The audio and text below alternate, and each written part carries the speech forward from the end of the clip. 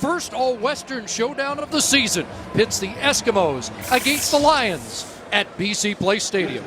Chris, this has the making of an all-out shootout with two great quarterbacks at the helm here. With Mike Riley, you have the leading passer from last year and the leading rusher from the quarterback position, and not far behind him was a guy on the other sideline, and Jonathan Jennings, who ranked third over 5,000 yards passing in his first year as a starter.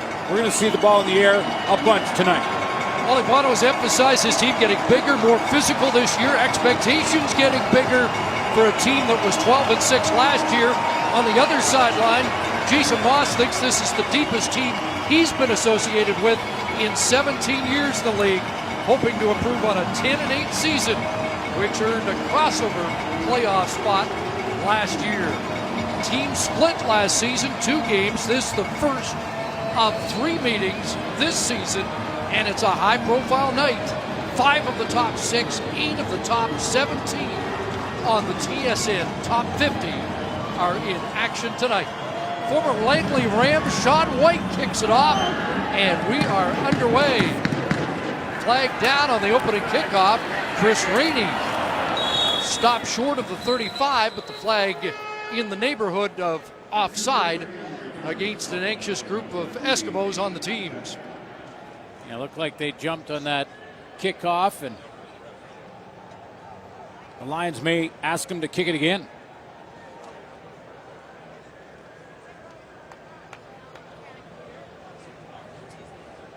Offside on the kickoff. Edmonton, number 10, will re-kick this 5 yards back.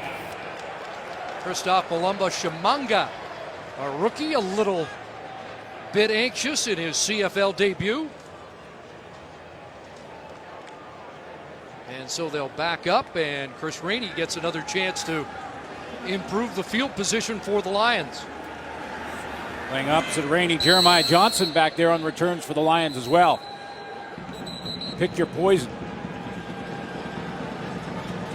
Christoph was just checking to see if I could pronounce his name. Also want to give a special welcome to ESPN2 viewers watching tonight.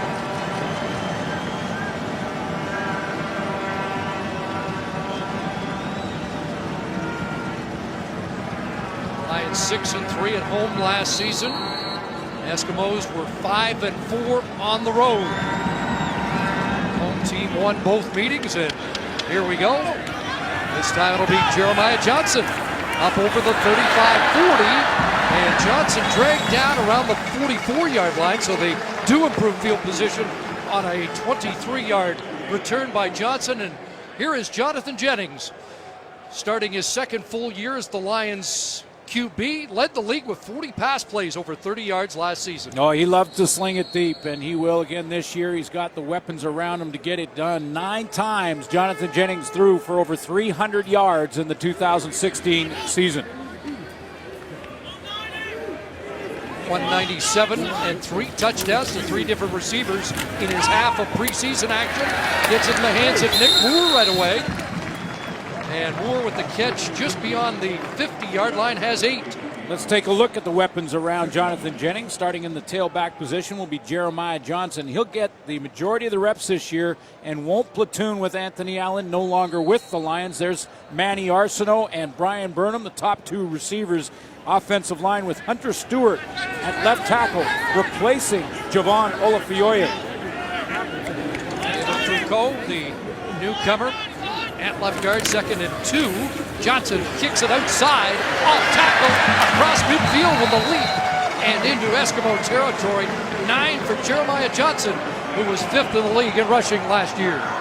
And if you take a look at the carries that Anthony Allen got, which were 87 carries for just shy of 500 yards, you can imagine what the total would have been for Jeremiah Johnson. He's real excited about getting the rock all year long. Lions go tempo and break back to work, and here is Jennings over the middle, and just out of the reach of Brian Burnham in traffic.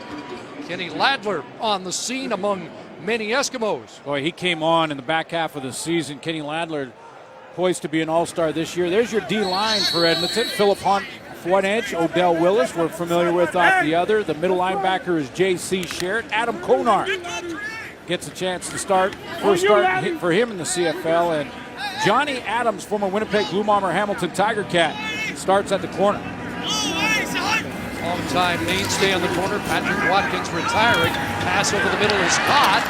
And it's Burnham with the catch. Ladler wrestles him down short of the first down. At around the Edmonton 43. Is that enough? 44-yard line. Is that enough to get them into field goal range? Ty Long will handle the kicking in the first game of the season for Wally Buono, and the punt team comes out. Be about a 52-yarder. It's a good choice. Good call. Gary Peters is back for Edmonton. Long with a line drive boot that bounces down past Peters, and it'll be a single point, the Rouge from Ty Long to get BC on the scoreboard. Mike Riley will start his 5th season in Edmonton. The former Lion has won 5 of his last 6 against his old team. Eskimos on offense when we come back. CFL on TSN is brought to you by the Nissan Titan, the official vehicle of the Canadian Football League. In Suits, we mention it, but I'm not sure if there's been a nicer day in Vancouver than today. It was a wow day here. Yeah, roof is open here at BC Place. Mike Riley, who led in attempts, completions, and yards passing last year, will hand it off. First play, John White. And he gets stacked up and pushed back. And guess who's in the middle of that?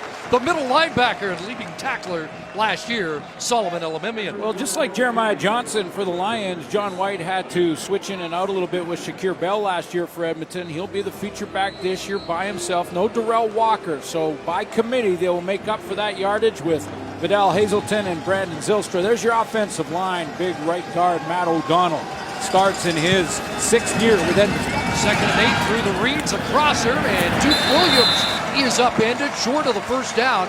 81, a guy that has really created a buzz coming into this game and was so impressive in training camp. The Eskimos going with 4 import receivers because they just couldn't leave him out. Well, we saw the preseason game against Calgary, and Williams had 3 catches there for 129 yards and a touchdown, and then had a couple of other opportunities that were very close. That could have been a 200-yard game for him. That's how you make the football team to get the starting job. Touchdown in both preseason games for Williams. There's White punting it away on 3rd down. Good one. Rainey backpedals to his 20. That's a 50-yard punt and a big return. Chris Rainey across the 25, and now a flag comes down as Rainey into the open field and gone, but likely coming back.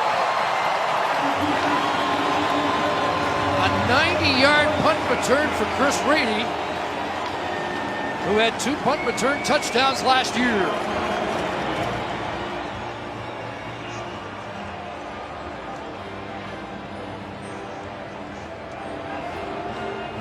Sort out the penalties. There's 2 flags. You can tell by that reaction from head coach Wally Buono that this one's coming back.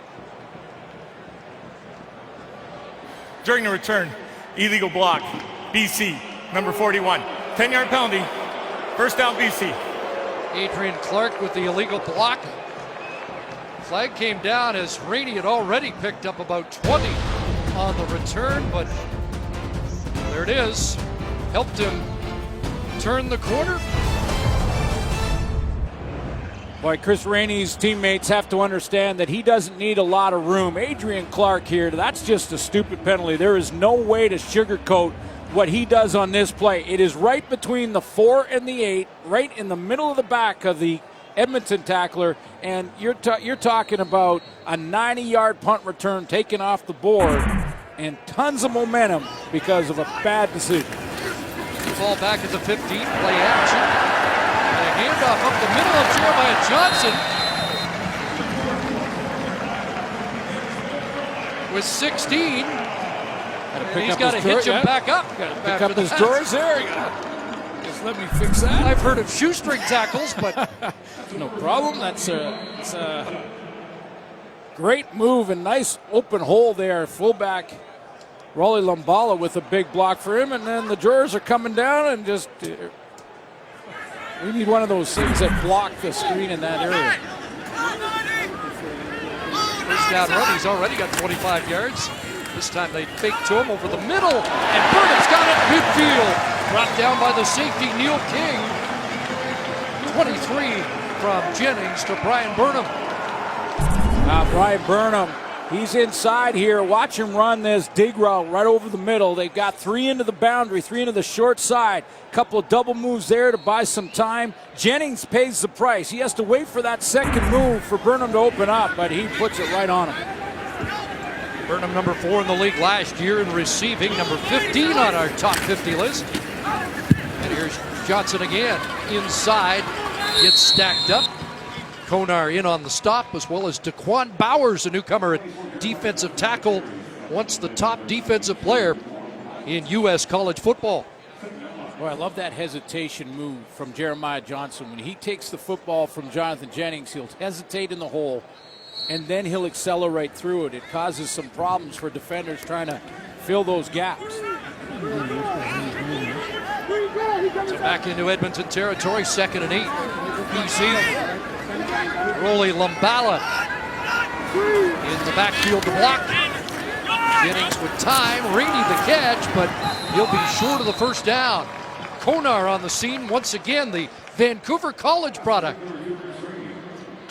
3rd-round draft pick a couple years ago, gets a chance to start at linebacker. Dion Lacey no longer with the Edmonton Eskimos, and with the injury to Corey Greenwood in training camp, gave Adam Konar a chance to move up the depth chart. That's a great tackle, holding one of the best and most elusive runners in the league, short of a first down. So again, the Lions cross midfield, but forced to punt. Long hits this one high, and Peters is going to hope this bounces into the end zone, and it does. So back-to-back singles, although the flag come down for no yards, likely 2-0 BC when we come back. Prior to the game, the BC Lions paid tribute to the memories of 2 legends of BC Lion football. Don Matthews, who passed away earlier this month. There's his wife Stephanie. And Rick Klassen, who passed away last December, one of the all-time BC Lions. Sons G and Chad here. Don's son Blaze as well. And a BC boy, Rick Klassen, who was one of the greats.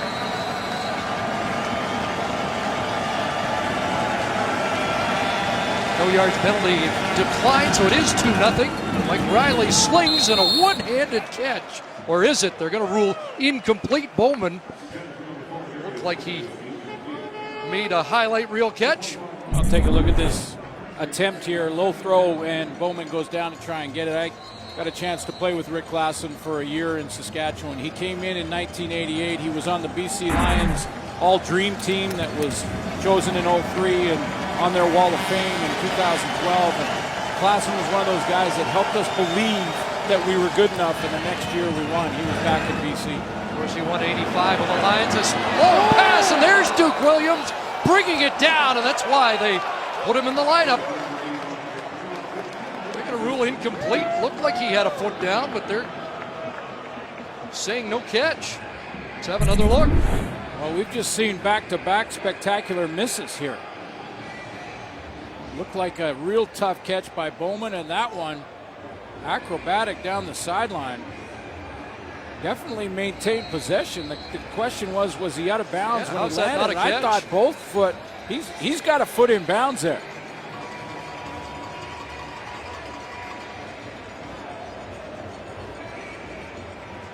A foot in bounds, knee down. Now maintains we're going to go to possession. video review, and if this isn't a catch, no, this is challenged by Jason Moss. Edmonton is challenging the previous play, ruled incomplete, feeling that the ball was caught inbounds. Yeah, this should take about 3 seconds. And in a turbulent first weekend, this is still why we have video review, to make sure great plays like this are called correctly. Well, left foot in, left knee in before he went out of bounds, and maintained possession after hitting the ground. That's a good catch. Had a chance to chat with Duke yesterday, the youngest of 8, and all the family watching in the New Orleans area tonight.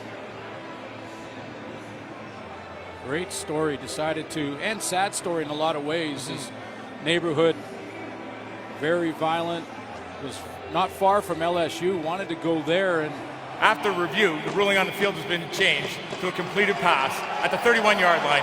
First down, Edmonton. Yeah, no question about that. But wanted to go to LSU and then thought it would be better for him and his family if he went to Auburn. And boy, did he explode on the scene in Auburn in a big way. That first game he played in Auburn, 9 catches, 154, and he got that nickname Duke and put up some numbers. 44-yard play. Number 1. Best start of a receiver ever in Auburn history. Most coveted junior college player prior to going to Auburn, but then suspended from their program. He admitted he made mistakes and he's grown up, and the Eskimos have called him very coachable and a very quick study here in a short period of time in Edmonton. Big frame and can get him up, put him down. I mean, he can get down the field. He caught a few deep balls in that preseason Calgary game, that some of those wow catches. So, possible answer, and the guy who could make up for some of those yards lost by Darrell Walker. Got a clock issue, and that's why Mike Riley can go to the sidelines, confer with Carson Walsh, who will make the calls on the sidelines this year instead of Jason Moss. We're ready to go. Again, a 44-yard play. Riley to Williams, first down Edmonton. 4 receivers wide side. They'll look to the short side. There's Bowman isolated against Ronnie Yell with the catch, and he'll step out after 7. Well, you would think with a BC Lions defense, they lost Alex Baza, they lose Adam Bighill, and they lose Ryan Phillips in the secondary, they'd be in trouble. I think they're confident that they may be better, and that's saying something. They've got Tony Burnett playing where Adam Bighill did, and for Ryan Phillips, it's Anthony Gator. Luchez Pierfoy has moved to safety. 2nd and 3, and Fenner steps up and tries to haul down John White, but White enough for the first down. BC defense is young. They're younger than they were with those veterans gone, but they are fast, and they come and they'll hit you. And they can move Luchez Pierfoy to safety with Chandler Fenner, who Wally Bono just couldn't get off the field. There's no way. Mark Washington's got some guys that can fly around and interchangeable. Anthony Gator could move down, play linebacker, so could Pierfoy. And they'll rotate 8 different defensive linemen. First down, back in the hands of White. Got a hole, and White surging down to around the 16. Well, what a East semifinal for John White. He single-handedly advanced Edmonton to that East final against Ottawa last year. Ran into a hot team, but John White was the key in that semi. 4th in the league in rushing, 886 yards. And Jason Moss said yesterday, we'll be even more balanced this year. White dancing, but the play is stopped. He stopped well before the whistle. Yeah. Not sure whether play had been whistled in or not. The previous play was stopped due to a phantom whistle in the stands. Okay, we'll replay this down. We've had this before here in BC.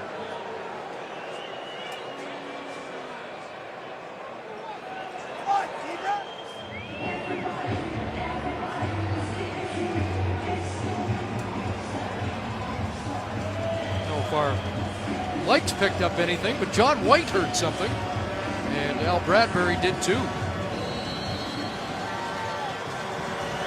Smart by Al Bradbury to blow it dead, though, because half the guys stopped and half didn't.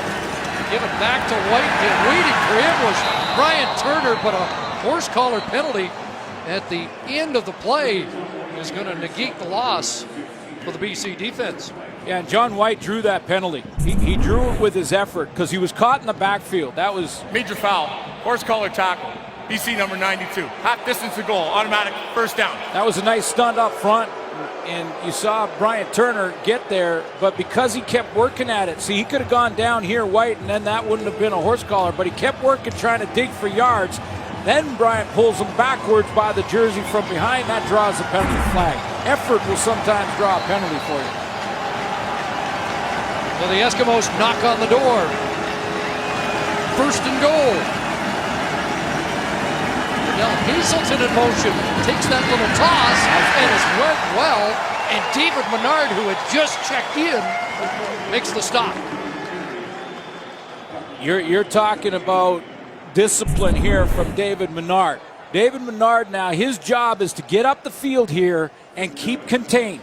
But how often do we see defensive ends get sucked into that play action move and then lose that containment, allowing the ball carrier outside? Not that time for Menard. Considered a passing play, a loss of 3. Second and goal from the 10. Riley with pressure into the back of the end zone. Watson can't make the catch. Anthony Gator there defensively. And the field goal team will have to come on. Pressure off the edge. Gator was in coverage. But Mike Riley can't block them all, and he knows it. Here comes that pressure around the edge. DeQuinn Evans turns up the heat. 3 sacks in the preseason to earn a job on the Lions line. And here's Sean White. 18 yards. White hasn't missed from inside 50 in his last 55 attempts. So that one he can do in his sleep. And the Eskimos take the lead. Just over 4 minutes left, opening quarter. 3-2 Edmonton. Egan trying to get even better with more on Jonathan Jennings. Here's Farhan Lalji. Chris, I asked Jennings what his changes were in the offseason in terms of his training regimen. He said, physically, I did nothing better, but mentally, there were a number of different changes. He said he wanted to exercise his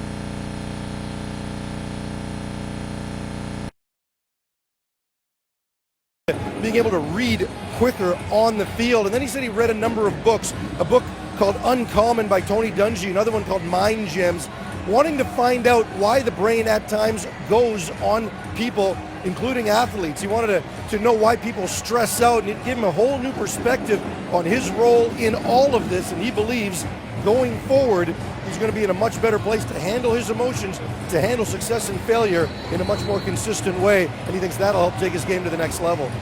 Boy, mature beyond his years, just 24 years of age, played all 18 last year, 12-6, and the 4th BC line in history to pass for over 5,000 yards. Kicking away from Rainey and into the hands of Johnson. Jeremiah Johnson will be taken down there as Mulumba Shimanga with a special teams tackle. Yeah, it's quite a list of names, too, when you think of the BC Lions that have thrown for over 5,000, and for Jonathan Jennings at 23 to do it in his first year as a starter. Same thing that Doug Flutie, Dave Dickinson, and Casey Printers in that big 2004 year accomplished for BC. I think this is a quarterback that can get to 6,000. I talked to Mike Riley about that yesterday. I think both quarterbacks have a chance at 6,000 yards. Another one in Alberta could do it too. Yep. Johnson getting the backfield, not going anywhere, and that was Daquan Bowers with first contact to create the 3-yard loss. Boy, are they getting even better, this Edmonton defensive line on the interior? That's what Mike Benavides feels. Because is that possible? I mean, Euclid Cummings and Almondo Sewell, as good as it gets in there. Now you throw in the rotation with Bowers, and you got 3 in there that can shut it down. 2nd and 13. 4-man rush coming. Jennings in trouble. Drops it. Sherritt's got it. J.C. Sherritt scoops up the loose ball as the Eskimo pressure forces the turnover. I think Jonathan Jennings here, when he stepped up from the pressure, he was looking to still throw the ball.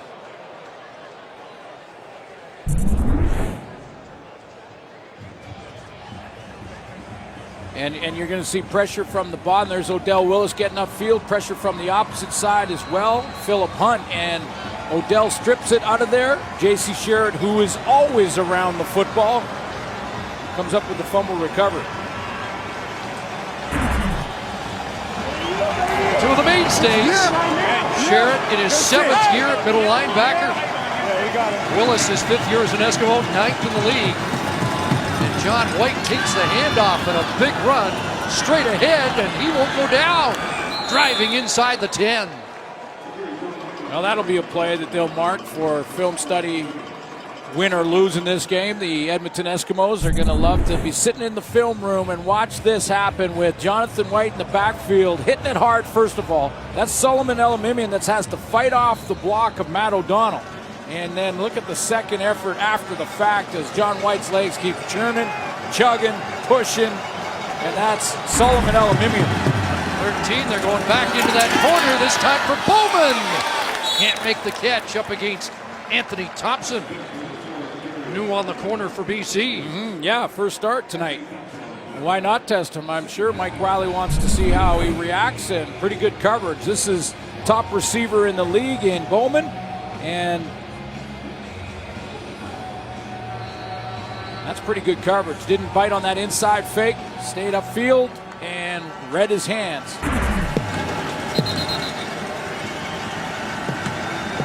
The second time the Eskimos have been knocking at the door. Settled for 3 the last time.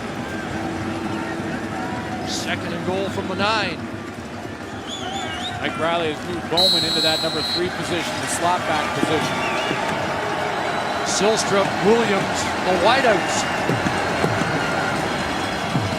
Here comes the rush. They'll screen it to White. And White is swarmed. Elimimian on the scene to drop him for a loss. And the Lions defense holds. Well, defensive linemen in front of Solomon Elimimian are going to have to try and take up and eat some of these blocks. But watch Elimimian fight this one off and get to the football. He's got some big guys now that he's trying to work on. So he gets a block from behind there from Rotier, has to fight that one through, and then still regroup, get in the tackling position, lower that shoulder, and explode into John White. 130 tackles last year for 56. All CFL again. 20-yard field goal attempt for White. And he knocks that one through. 45 of 48 last year. His only misses came from outside the 50 and off the foot of White. It's a 6-2 Edmonton lead, but just 3 points off that turnover. Yeah, and that's a win for the defense, because in that sudden change, you want to just throw that dagger offensively. And if you don't and settle for a field goal, you feel like you got out of some trouble there if you're the BC Lions. So let's see if Jonathan Jennings can build on that. So Jennings right back to work.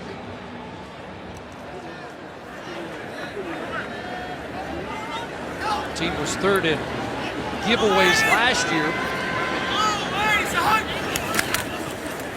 Takes to Johnson, rolls out, has an open man, and Iannuzzi with the catch and rolls into the Edmonton bench. A first down up at the BC 52. It's a pickup of 17. Throw on the run. Great form from Jonathan Jennings. And Marco Iannuzzi, big game against Saskatchewan in the preseason. Moved him inside, so he's not playing that same wide out, wide side field wide receiver every single snap he is on this one. 29 catches last year, but with the retirement of Sean Gore, maybe more work this season. Big to Reedy. Arsenault takes a hit, and that ball never reached him, deflected en route. And Jennings has to pick himself up as well. There's some plastic pop in there. That's Konar getting a hand on it, and Arsenault paid for being in the area.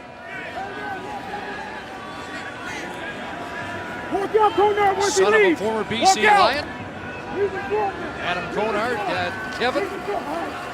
Second down, penalty as Johnson takes the pass and gets away. Jeremiah Johnson drilled by Ladler, would be a first down, but it's coming back on a hold. Yeah, it looked like it was a hold on Odell Willis, and the way Antonio Johnson, the right illegal tackle. block, hands to the face, BC, number 57. 10-yard penalty, remains second down. Okay, hands to the face. Either way, when Johnson's over there talking to the official and trying to plead his case, you can pretty much tell who the guilty party is.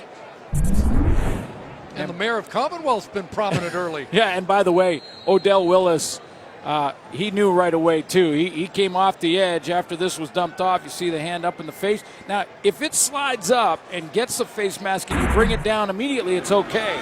Can't hold it up there and bend the guy's neck back. So a 22-yard pickup is wiped out, and now pre-snap movement. Both teams pointing at each other.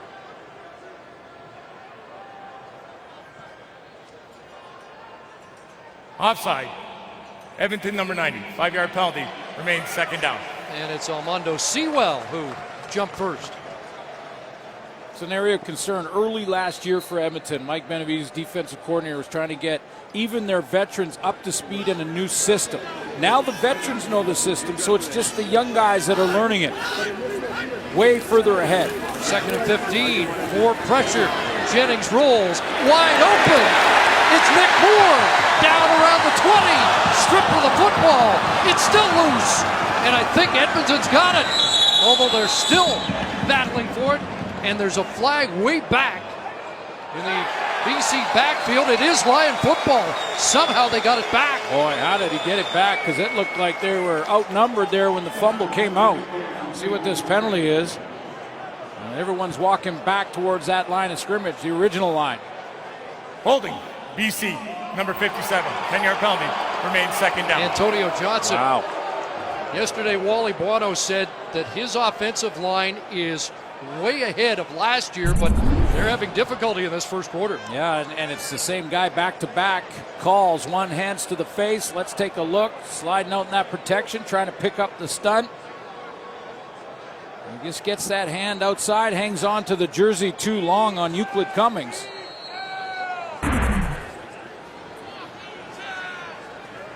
So this time a 43-yard play is wiped out. And penalties have been costly, including the 90-yard punt return touchdown. Jennings in trouble, and he'll get dropped. Armando Sewell and the Eskimos defensive line is rolling here in the first quarter. Boy, we thought there'd be a lot of explosive plays on offense, but the defense, in particular the Edmonton defense, dominant here for the opening quarter. Welcome back. First quarter numbers. We thought the offenses would be big in this game, but the defenses had the edge in the first quarter. Yeah, I think that Edmonton defense already better. Odell Willis making an impact in game one for him and quarter one. But, you know, when you look at the BC Lions, we have seen some explosive plays that have been taken off the board due to penalty. Right now, the BC Lions are getting in their own way. I mean, the Chris Rainey 90-yard punt return, that was just a bad decision by Adrian Clark, and a couple back-to-back penalties on the O-line. Nevertheless, I think there were a lot of question marks about what Edmonton's defense would look like with a lot of people having departed, but that's a pretty impressive first 15 minutes. Yeah, absolutely. So the Lions punt it away, Ty Long, and he'll drive Peters back at least 10 yards. Gary Peters on the return, a little open room, and now brought down around the 47-yard line. We mentioned how many top 50 players are in this game. Mike Riley, number 2, but not really a priority for his teammates or him. Some guys use that as motivation. For me, I got much bigger plans than being the number 1 player on a preseason ranking. I've been there before, but I've held a Grey Cup trophy up, and I can tell you the feeling of being a Grey Cup champion is a lot better than being number 1 on a preseason poll. So he's number 2 in the top 50 and number 1 for dressing the day before the game, eh? That was quite sharp hat he was styling there, yeah. Absolutely. Number 1 2 years ago in the top 50 rankings, and then Bo Levi Mitchell, and no one's arguing about the number 1 choice this year. But yeah, I think you ask any player and they'll tell you, yeah, given the choice between being number 1 in the poll or holding the Grey Cup, I'll take the second choice, thank you.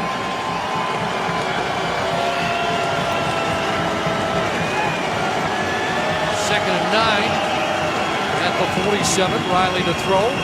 Has a lot of time. And now you'll have to pull it down. Throws to the sidelines, and Hazelton can't bring it down. A couple of defenders there. Anthony Gator and Anthony Thompson. 2nd 2 and out for Mike, who reunited with family for this game. Wife Emily and new daughter Brooklyn taking in her first game. And I'll tell you right now who the quarterback in their house is. Her. Just gnawing on those headphones. First set of her first headset. John White handles all the kicking duties. Grant Shaw no longer with the Eskimos. That looked like no yards, and yes, the flag does come down. A 33-yard punt. Iannuzzi fielded it. And they'll improve the field position when they tack on the penalty yardage. See professional grade playbook tonight. Matt Dunnigan explains the technique of the quarterback sneak.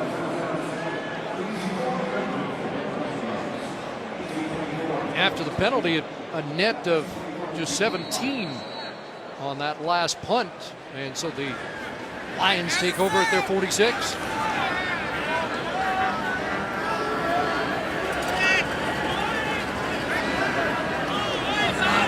Shot at the safety, Neil King. Jennings on a roll. J.C. Sherritt there, and a incomplete pass. Arsenault tried to tiptoe along the sidelines. It's important, I think, right now for the psyche of the Lions offensively is just to put a drive together. 3 or 4 first downs, maybe finish with a field goal even. Sort of been hit and miss. They're getting penalties, taking big plays off the board. Kahar Jones got to just settle this whole thing down, maybe get the run game involved a little bit more as well. Not on 2nd and long, unless you're going screen draw. Fowler back in as the blocking back. Moore in motion. 4 receivers wide side. Rainey to the short side. And Jennings scrambling. He'll take off and come up short at the 53-yard line. Jonathan Jennings brought down by Daquan Bowers, and Adam Konar has been in the area defensively as well. Here, let me explain something here. When the BC Lions go in with Rolly Lumbala and they take Jeremiah Johnson out, he's in behind Jonathan Jennings right now. What it tells the defensive line, the downside of this is that this is going to be basically pass. I mean, they may throw in the odd screen to Lumbala, but for the most part, he's in there to pass protect. So they can pin their ears back and go after Jonathan Jennings. With Jeremiah Johnson in there, they have to spy him first and then can get into their pass rush move. So there's a good side to it for BC because Lumbala could be an offensive lineman. He's such a good blocker back there. The downside is it basically cuts loose the D-line. J.C. Sherritt down and getting attention. In his 90th game. Looks like J.C.'s going to be okay. Well, he's still staying down, so we'll step out. Just early 2nd quarter. 6-2 Eskimos. CFL's opening weekend wraps up tomorrow. Ticats against the Argonauts. Coverage begins at 3:30 Eastern, 12:30 Pacific. Across the TSN network and in 4K from BMO. As Mark Trestman returns, and you hate speculating, but take a look at what happens to J.C. Sherritt. Yeah, positive thoughts for Sherritt, because when you're by yourself, no contact, and he reaches for the back heel area. That is often the Achilles, and the Eskimos know too much about that injury as this ball bounces out of bounds. John White, John Ojo in the last couple of years, Darian Durant among many. It just seems to be a more frequent injury in the last few years. Ron Sunderland, the new general manager, VP of football ops, obviously very concerned here. Starting middle linebacker. they're looking at that Achilles. Centerpiece of that defense.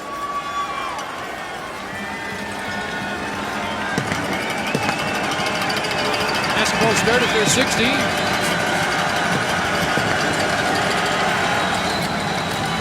Ryland looked back, maybe some miscommunication, but a nice catch there by Zylstra, who reached back to grab it, took a jolt, but Brandon Zylstra, who played the final 6 games last year, over 500 yards.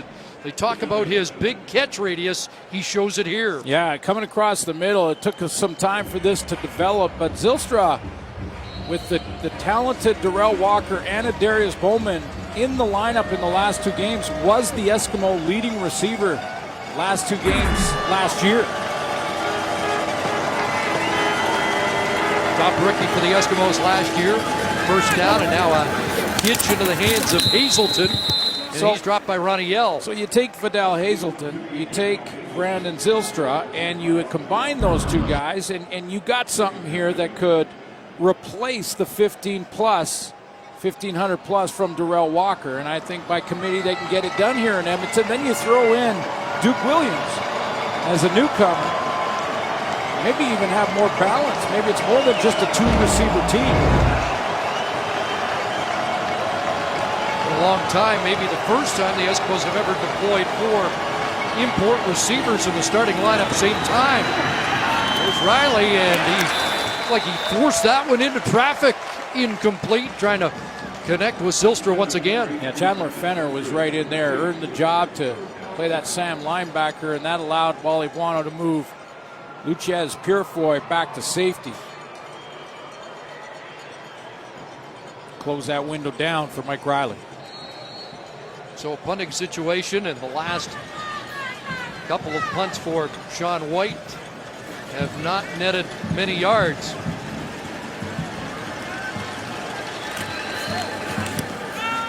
This a better boot. Brady from his 35.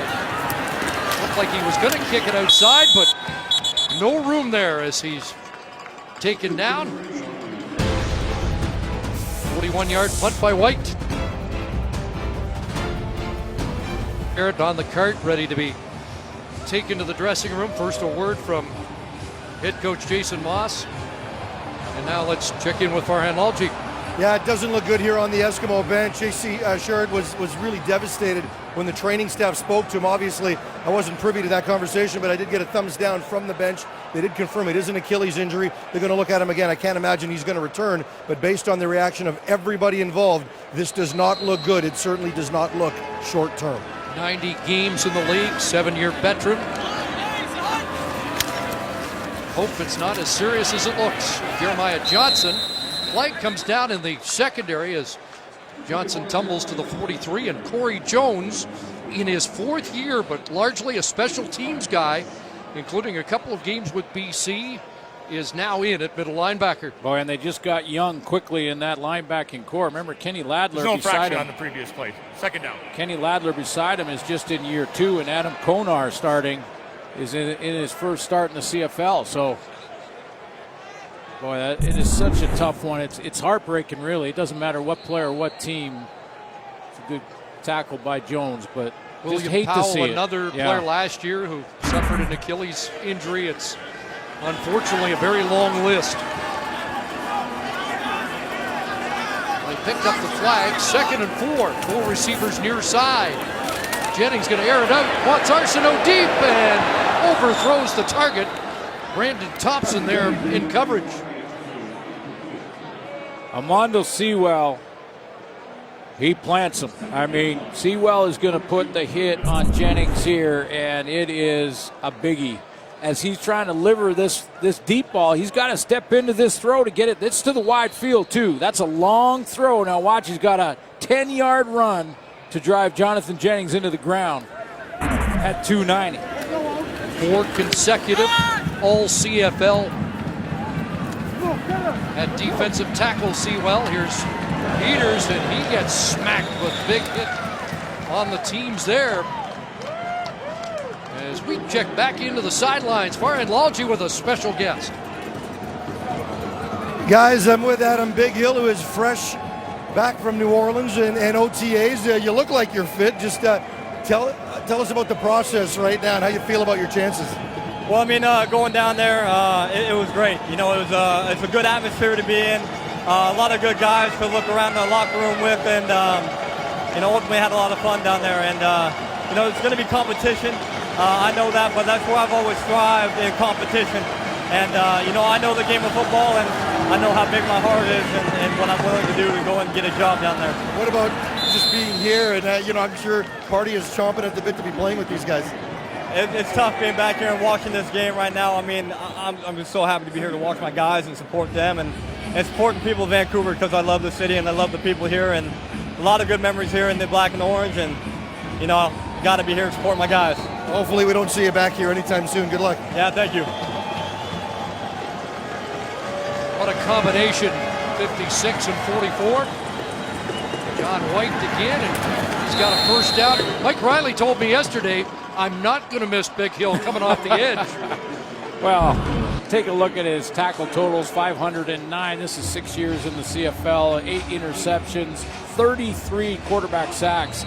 You know, and there may be, when he gets down there, bigger, and there may be faster, but there will not be a player on either side of the border that works harder than Adam Big Hill.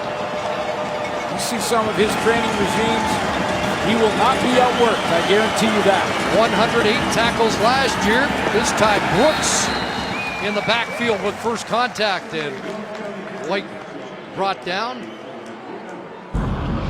Well, they did meet up prior to the game. Here's Mike Riley coming over to visit with Adam's son and wife, and a couple of old teammates as well as rivals on the other side. He's tremendously respected across the league, and Lions will miss him, but good luck down south. Remember the first training camp, and they said this Big Hill guy, he worked so hard, we got to find a place for him. They certainly did. That pass up for grabs and almost picked off. Chandler Fenner battling for the football. Well, this is what I'm talking about with the interchangeable parts in the secondary and linebacking core for the BC Lions. Luchez Purifoy could play safety, or they could roll him down to linebacker. Then they drop Chandler Fenner, who was a halfback last year. They drop him back into the secondary, and he plays free safety. It can confuse the quarterback, even a veteran like Mike Riley, and he almost got himself one right there, Fenner. Fenner had such a good training camp. Wally Buono said, I got to fit him in somewhere, so he moved Purifoy to get him in the lineup. Brady back at his 22-yard line, a 44-yard punt, and the Eskimos contain him there to 8 on the return. Blair Smith and Christoph Malumbo with another special teams tackle.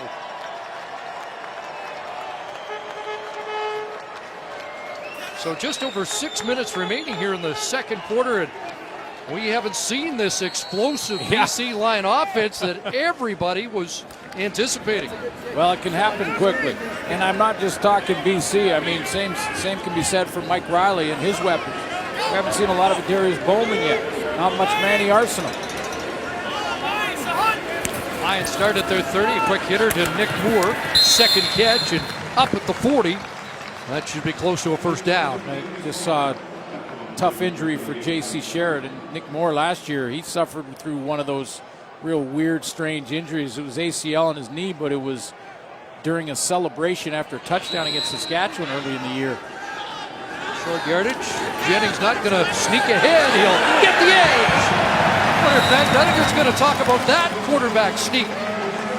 Well, it does two things. It gets the first down. It extends the drive, gets them another set. They're going to go tempo here, but it also will widen those defensive linemen's stance now. They're going to have to get wider and make sure they contain him, because now he's set the stage. Now he can go and have bigger gaps in the middle later in this game. Number 2 in rushing last year among quarterbacks, behind only Mike Riley, and they get it into the hands of Iannuzzi, and that'll be close to another first down. 9 yards for Marco Iannuzzi, and this tempo offense is starting to get the Eskimos on their heels. Well, and they're young again. They're trying to get everybody up to speed. Corey Jones got to figure out that middle linebacker spot, get the calls. Change of pace, hand it straight ahead, and Johnson's got a first down. Get the first down, but I love the strategy from Kahari Jones. get him into tempo, call him on the line of scrimmage.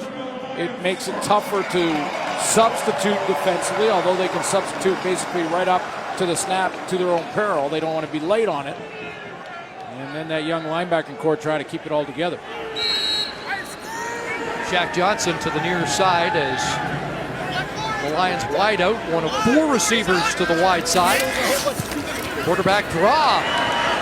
Jennings will hit the deck inside the 40-yard line and has 4. Well, Iguano is substituting Chris Rainey a little bit. That last play he was playing offensive receiver, and he went on a go route. Getting a rest now, and they bring back in Jeremiah Johnson.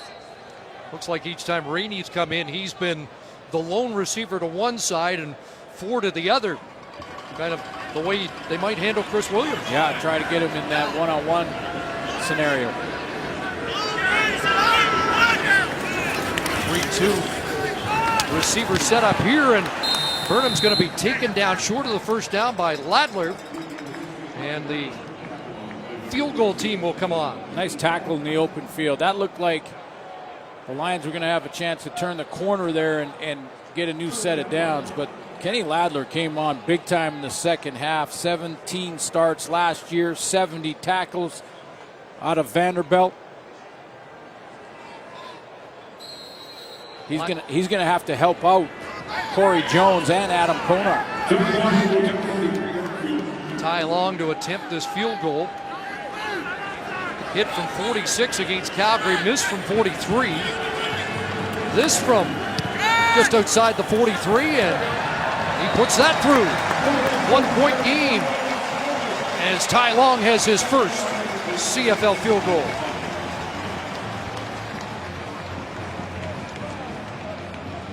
Last year, we asked Canadians to tell us their story in one day. These are the portraits of the people who lived that day. Canada in a Day, an extraordinary television event tomorrow at 8, 7 Central on CTV. Well, last year there were times in games where Mike Riley would just lock into Darius Bowman and just that would jumpstart the offense. And I'm expecting that that's going to happen very shortly here. Mike Riley will go to his number one guy. There's not been a better combination in football the last 3 years, and I'm sure it's just a matter of time before number 4 gets more involved in the offense.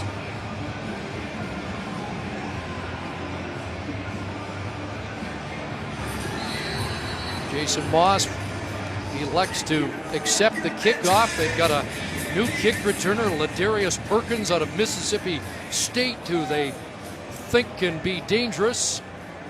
Backup running back to John White, a guy that put up big collegiate numbers. Let's see what he does. First time touching the ball in the CFL. Runs into a wall at the 27-yard line.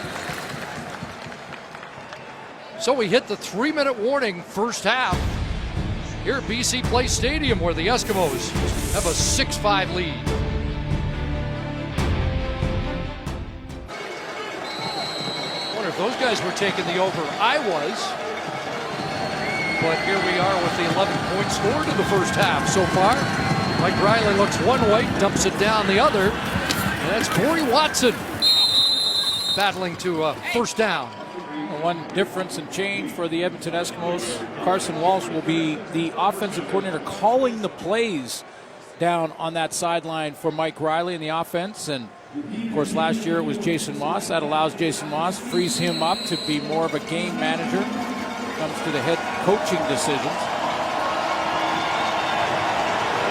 11 for Watson. First down Edmonton at their 38. Here comes Elimimian on the blitz. Riley scrambles, puts it up for Zylstra, got it, and got the ball back after absorbing a big hit from Purifoy, and he just got out of the way. That could have been even more devastating. Yeah, that was a big hit at that end and a big hit down at this end. Watch John White pick up Solomon Elimimian right here. John White is not a big guy, but he looks for this contact. He takes on the blitz, turns one of the best linebackers in the game around, and gives Mike Riley a chance to find Zylstra. And then watch out, Luchez Purifoy is going to hit you. Challenge here, whether he had control or not. Purifoy with the hit that knocked it loose.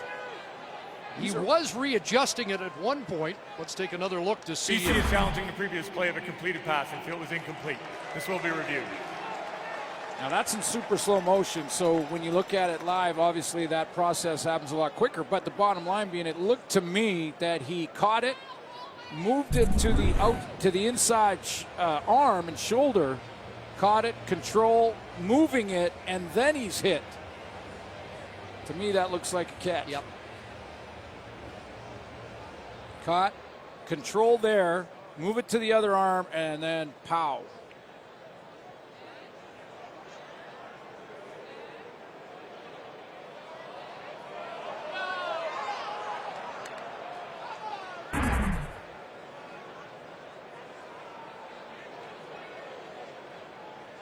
After review, the ruling on the field stands. Completed pass, first down Edmonton.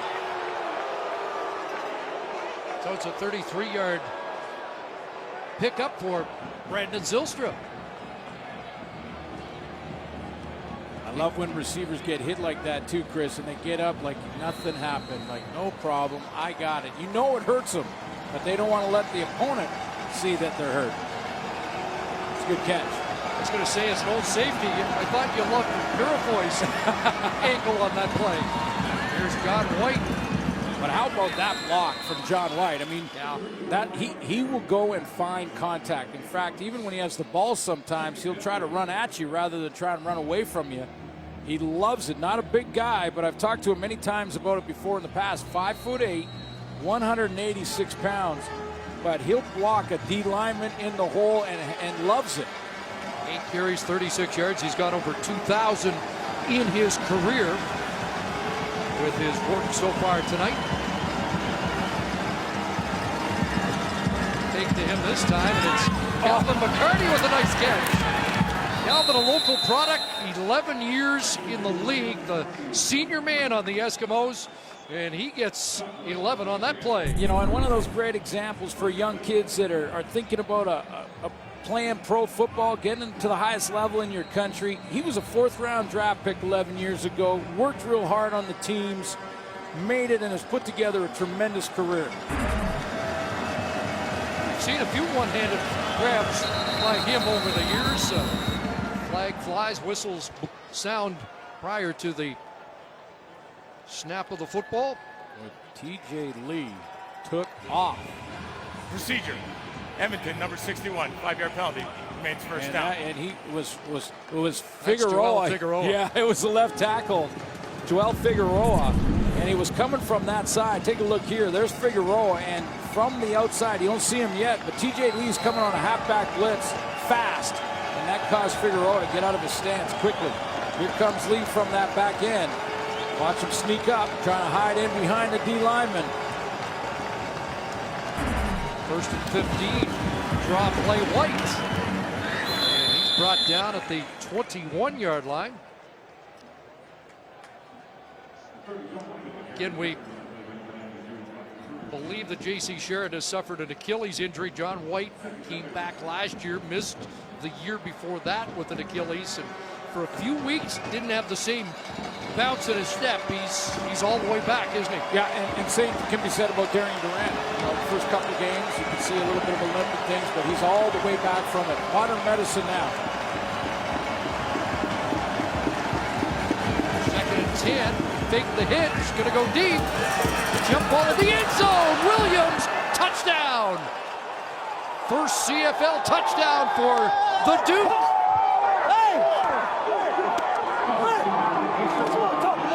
Well, we're watching a guy that can win the 50-50 ball more than he loses it. And I'm just talking about the small sample size from the preseason to now here early in this regular season. Game 1 for the Edmonton Eskimos, but I've seen him do it 4 times in a row now. That's special.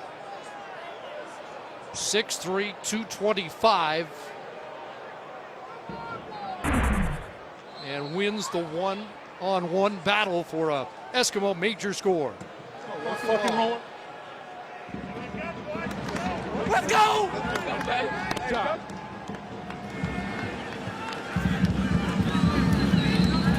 Sean White, the extra point, 1:01 remaining here in the first half. I'm a rookie in the vet. Dookie love. Dookie love. Hey, that's my dog. Hey, Warren. There he is, Duke Williams out there at that wideout spot in the short side. Little stutter step, trying to pull Ronnie Yell to him. He doesn't. Ronnie Yell's in good position. That's just a 50-50 ball that Williams wins.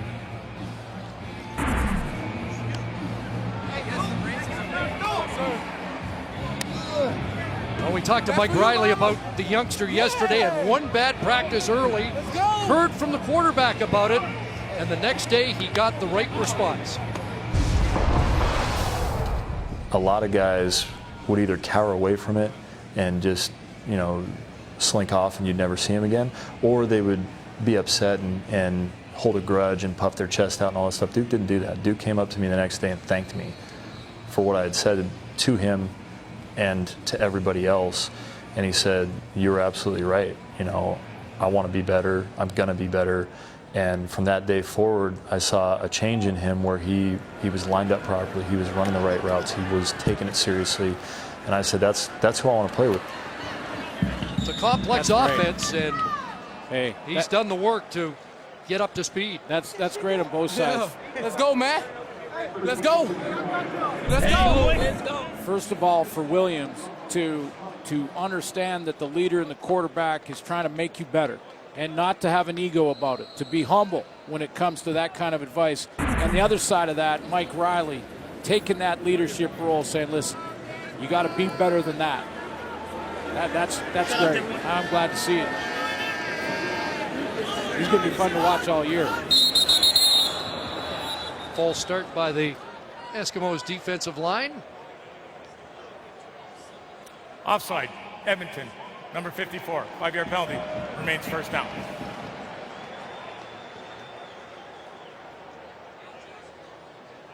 Philip Hunt moving ahead of the snap. Jonathan Jennings held in check for the most part. See what he can create in this last 55 seconds. Quick hitter, Arsenault. Brought down close to the first down. Well, some penalties, a fumble caused by Odell Willis. As I mentioned at the break, Lions got to get out of their own way and just go out and settle down in the second half. First catch for Arsenault is a first down. Jennings on a roll. Throws high, incomplete. Intended target was Shaq Johnson, and the newcomer Arjun Colhoun was on the corner for Edmonton. How about this defensive end who's making an impact again early in this season? There's Odell Willis, but listen, Mike Benavides says you're not just a defensive end. Why don't you play in the middle, flow to the football, and talk Jonathan Jennings on that play out of running for a first down.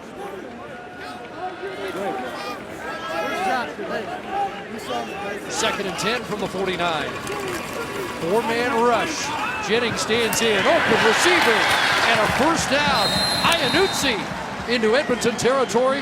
Third catch, and he gets it to the Eskimo 41. I know it's his 7th year, but is it just me or Marco Iannuzzi playing with more confidence than I've ever seen him? Looks like a guy who plans to be a bigger part of this offense. Absolutely. 19-yard pickup.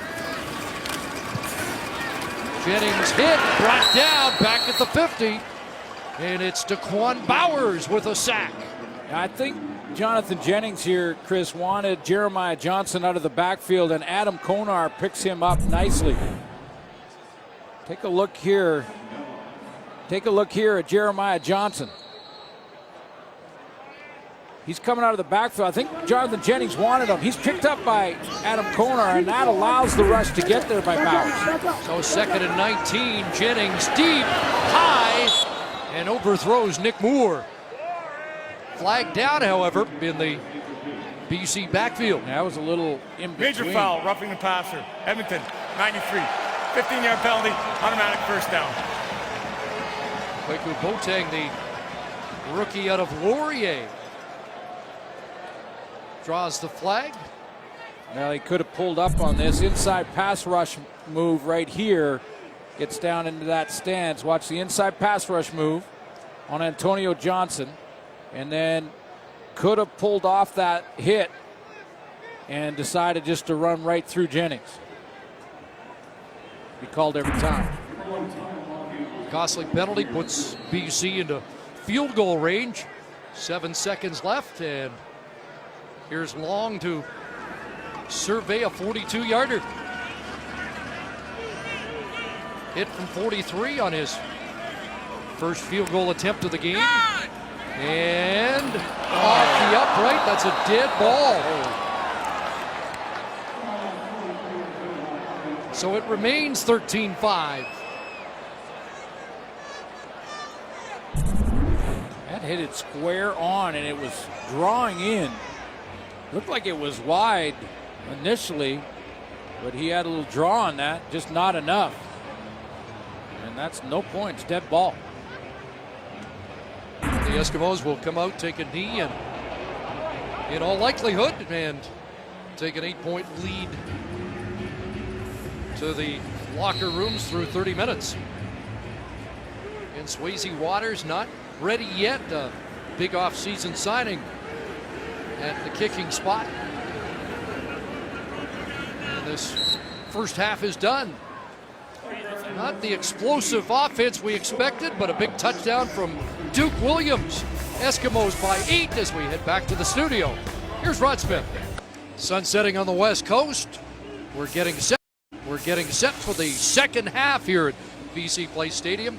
Eskimos by 8. Farhan Lalji with Jonathan Jennings. JJ, I know a lot's been expected of this offense, especially after that last preseason game. 5 points in the first half. What's not happened?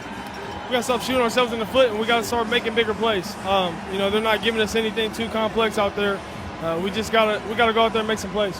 You've also been running a little more in this half. How much of that is by design, and how much is maybe the offensive line struggling a bit and you're trying to get out of there? Yeah, they're getting some pressure on us, and we talked to those guys, and we're going to get that correct in the second half. Thanks. Well, Wally Bono can't be happy with what he saw in the opening half. His defense will start first. J.C. Sherrod on crutches. Done for tonight, and we hope not for the entire season. Ty Long to kick it off. Second half underway, and Ladarius Perkins with the football.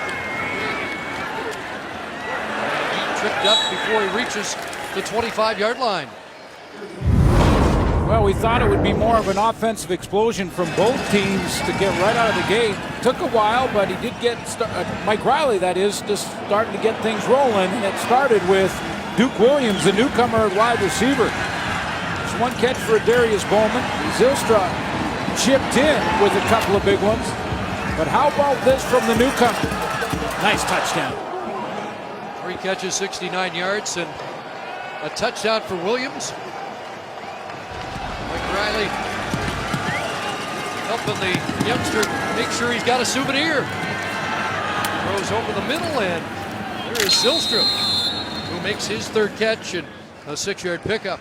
Well, he did it again. I'm going to be watching this because it's fun to watch. I love seeing a guy, and BC fans will remember a guy by the name of John Henry White that really had the same sort of body type. Watch the blitz pickup here. Success on first down is so important. White picks up the blitzer, allows Riley to get it out of there. John White up the middle, and he's going to be short of the first down. Pickup of 2. And the punt team will have to come on for Edmonton.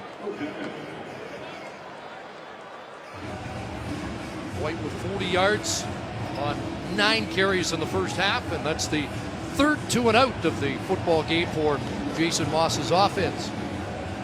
A tough BC Lions team to run against. Ranked second last year in the league against the run. John White to punt. He joined us late. Chris Rainey returned 190 yards for a touchdown that was called back on an illegal block from the 36, and he gets hauled down there. 41-yard punt, the flag on the return.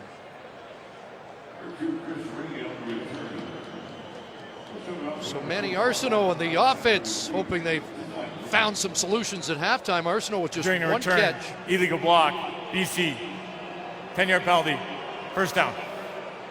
Arsenault one catch for 6 yards in the first half. Yeah, it starts with protection, and you heard Farin ask Jonathan Jennings about that. They've done some things at halftime to try and make some adjustments up front. Maybe that means we see more Rolly Lumbala come up as a tight end, maybe widen that offensive line. But to get the ball to the receivers, those big guys up front, guys like Arsenal, they got to protect Jonathan Jennings better. Well, receivers come to the near side. Now Arsenault stays in the block. Jennings takes off. Shrugged off Odell Willis. And then upended by Konar. 6-yard gain. Odell Willis is making an impact again. This is a guy, watch what he does here. He's going to step up. He's going to take Manny Arsenault, who's trying to get to the flat, jam him, not let him get out, and then turn around and get the first piece of Jonathan Jennings.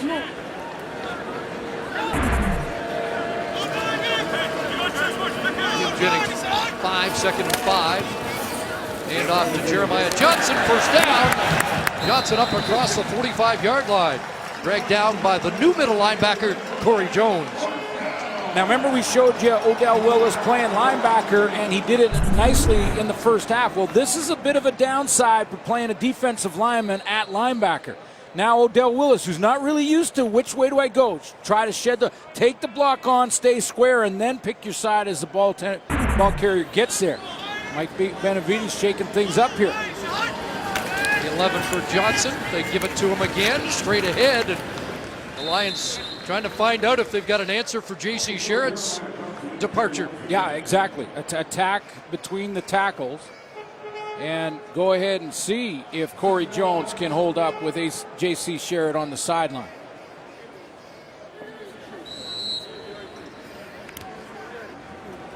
Five for Johnson, 2nd and 5.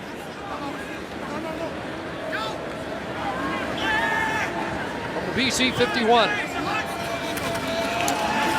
4-man rush over the middle, the crosser. Nick Moore, first down. How many times have we seen a receiver on that crossing route try and get as wide as they can to make the touchdown run rather than just get the first down? That's a veteran decision by Nick Moore to just, hey, get upfield. It's going to be the straight crossing route right here for Moore. And as he gets there, he just knows he's got to turn upfield and get the first down. There you go. Moore from the same high school as Jonathan Jennings, Westerville in Ohio. Had to scoop that low shotgun snap and brought down by Arsenault for a catch at the 45-yard line.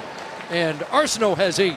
Boy, that's a hot, low snap. And Jennings made that look easy. And Matt Dunnigan will tell you it's not. He had to go down off his shoe tops to pick up the snap, kept his eyes upfield and threw a hot route. So ready for the 6th play of the drive, 2nd and 2, and a lot of play calls in the playbook for this down. Go straight ahead to Johnson and just take the first down. Well, offensive coordinator Kahari Jones has stepped in, and here's the adjustment. Give your offensive line some confidence by running the football. They can lean on the front hand, they can go attack rather than sit back and pass pro, and they can get aggressive. Get those guys aggressive, they're better protecting the quarterback in the passing game. They're running the ball more. Jeremiah Johnson won't argue with that. Up to 52 yards in the game. Now they'll screen it to Johnson with some blocking. And Johnson another first down, crashing to the 29-yard line. Sewell with the tackle. Okay, now Kahari Jones, who's calling an excellent drive here, he has now made the adjustments on the chessboard. Now it's up to Mike Benavides to counter what he's doing here. Screen draw also helps your offensive line get a little confidence. They can get downfield, throw that little screen in behind them. Almondo Sewell, who made the tackle, shaken up, getting attention after the 4th straight first down for Jonathan Jennings and the Lions. Philip Hunt down here has got his hands on his hips trying to catch his wind. So with Sewell getting attention, we'll step out for a moment. All right, Rod, the Lions are marching. First down at the 29-yard line. 8th play of the drive. Kwaku Boateng in on that front four for Edmonton. Daquan Powers has taken Sewell's spot. Here comes the rush. Pass is bobbled, incomplete. Arsenault unable to hold on and points to himself. Want his quarterback to understand, hey, that was all me, no problem, come right back to me. And that's, you know, when you have one catch in the first half, you got to, even at the pro level, you got to maintain that focus. He just took a peek before he put it away.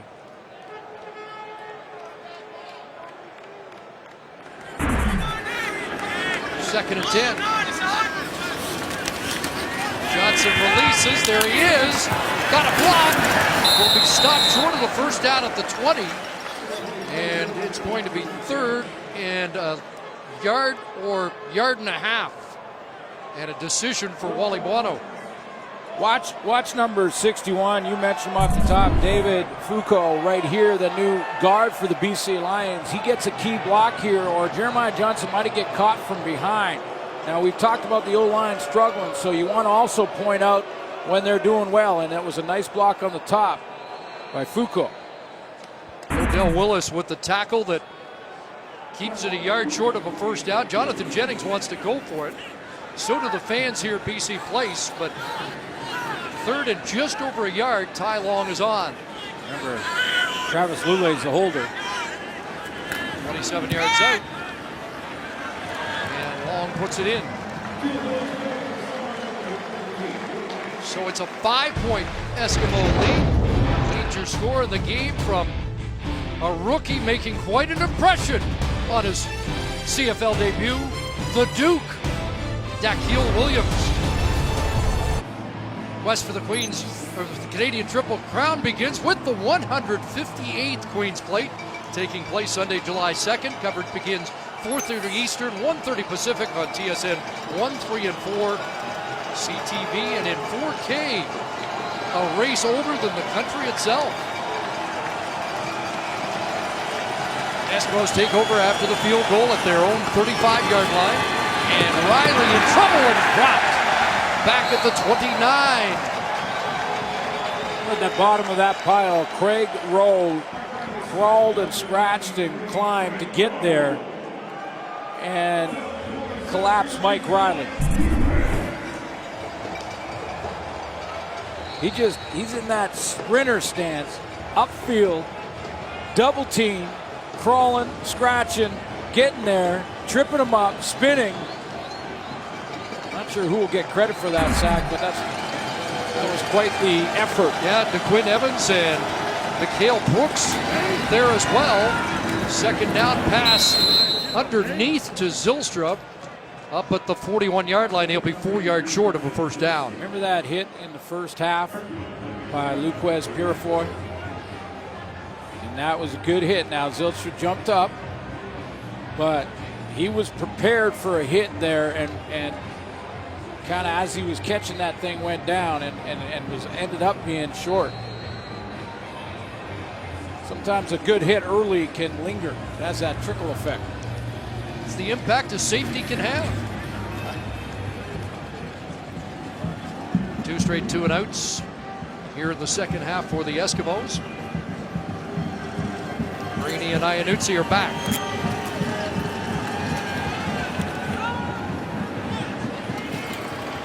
Rainey at the 25 after a 45-yard punt. Might have something. Across the 50 and dragged down, 26-yard return. There's Christoph Mulumba with the tackle. Adam Konar has been prominent here in this game.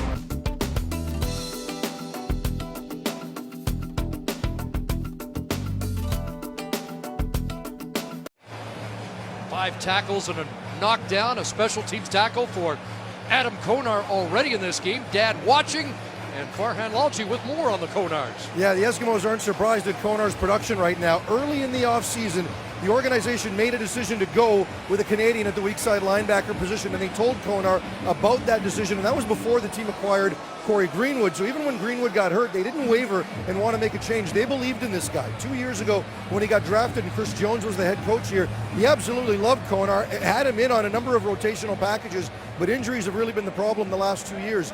In 6 games after coming back from injury last year, they saw enough. Mike Benavides said this guy is just always around the football, and he's so physical, it's almost to his own detriment. They have told him, you don't have to kill every guy you try to tackle, just tackle him. You might stay healthy a little longer, and he's been all over the field in this game, and a lot of family and friends watching, at least 20 family members, and about 10 or 15 friends as well. So well represented here, the Konars in Vancouver. Yeah, Dad, one of the best Canadian middle linebackers this league has seen. There he is. Oh, absolutely. Kevin. UBC Thunderbird. Yeah, played in 3 cups, 10 years with the Lions, was in that 85 championship game a couple of times, was a CFL All-Star, and he played on that edge as well. Second and short, wanted to use it in a free play and almost cost him, and now up the grabs and incomplete. Burnham couldn't make the catch in tight coverage against Brandon Thompson. So it'll be 3rd and inches now after the Lions take a shot on 2nd and short. Adam, of course, went to UBC initially and then played a year with the Langley Rams of Canadian junior football. Went to the UFC after that, so some different football programs as he came up the ranks, and has put together a real good football game tonight with Dad in the stands. Dad can coach him up. Travis Lule comes in short yardage. See if he was paying attention to Matt Dunnigan at the half. Rainey in motion, and a plunge for the first down. In behind Cody Husband, leader of that offensive line. I'm not sure if Wally Buono gave them a good stern talking to, the big guys up front, but they've come out and played better in this 3rd quarter. Talking about the BC offensive line. First half, Antonio Johnson struggled at right tackle. Well, he suggested yesterday it was night and day compared to last year on the offensive line, but they took a step back in the first half. Offenses look more dangerous here so far in the 3rd quarter. The low snap, pressure on. Jennings slings to the wide side. Nick Moore brought it down, and it is a catch at the 36. How did Jonathan Jennings get that out of there? He was falling away, getting pushed back by pressure, and just sort of sidearms it. Colhoun goes up and tries to time that up and look at that, foot in bounds as well for Nick Moore.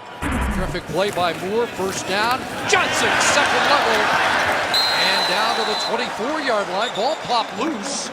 He got it back on the scramble. Let's look at the arm strength for Jonathan Jennings on that last throw to Nick Moore. He has guys in his face. He's fading away here. He's got Ladler pushing on him, and he sidearms this one out and accurate to the sideline.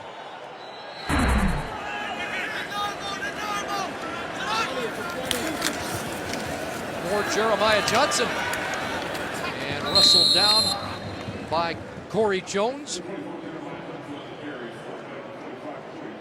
at the 21. 2 more for Jeremiah Johnson.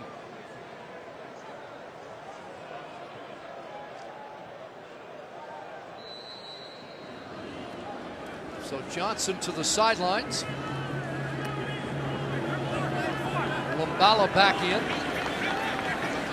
And Rainey to the near side.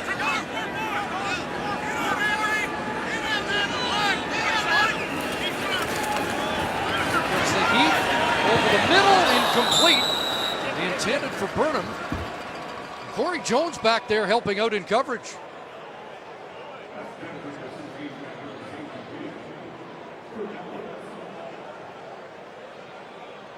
Well, Philip Hunt and Odell Willa still causing problems. You take a look at the top side. I believe that's Philip Hunt at the top and Odell Wills down at the bottom, but you can see how they're going to meet. Now, either Jonathan Jennings has got to shorten up his drop a little bit and stay more in that pocket, or he's going to drop back and needs his tackles to keep them wider. Go from 29 yards out. Here's Ty Long. Straight through the middle. And now it's a 2-point game as the Lions chip away with under 3 minutes left. Third quarter. Good opening week. Here's what's on the docket for week 2, the rematch of the rematch in Calgary. Lions will open a 3-game Eastern swing in Toronto. Eskimos home opener against the Alouettes, and then on Canada Day, it'll be the Blue Bombers with their first game of the year against the Rough Riders in their first regular season game at the $278 million Palace New Mosaic. Can't wait. That, my friend, is a pretty good way for us to celebrate the 150th birthday.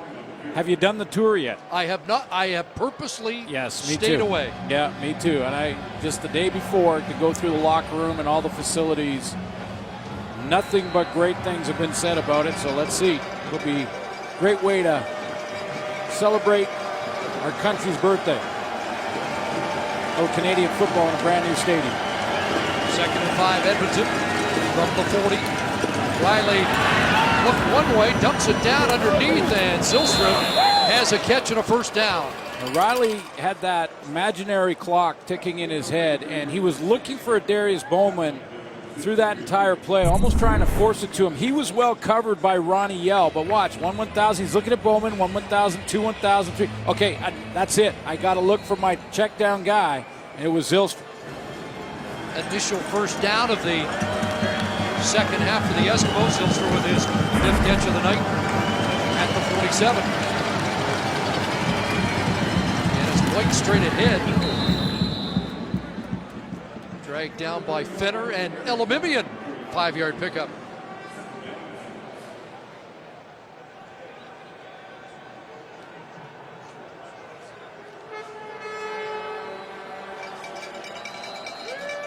Eskimos trying to stay on the field offensively after a couple of 2-and-outs to start the second half. Give that defense on the sidelines a rest on a warm night.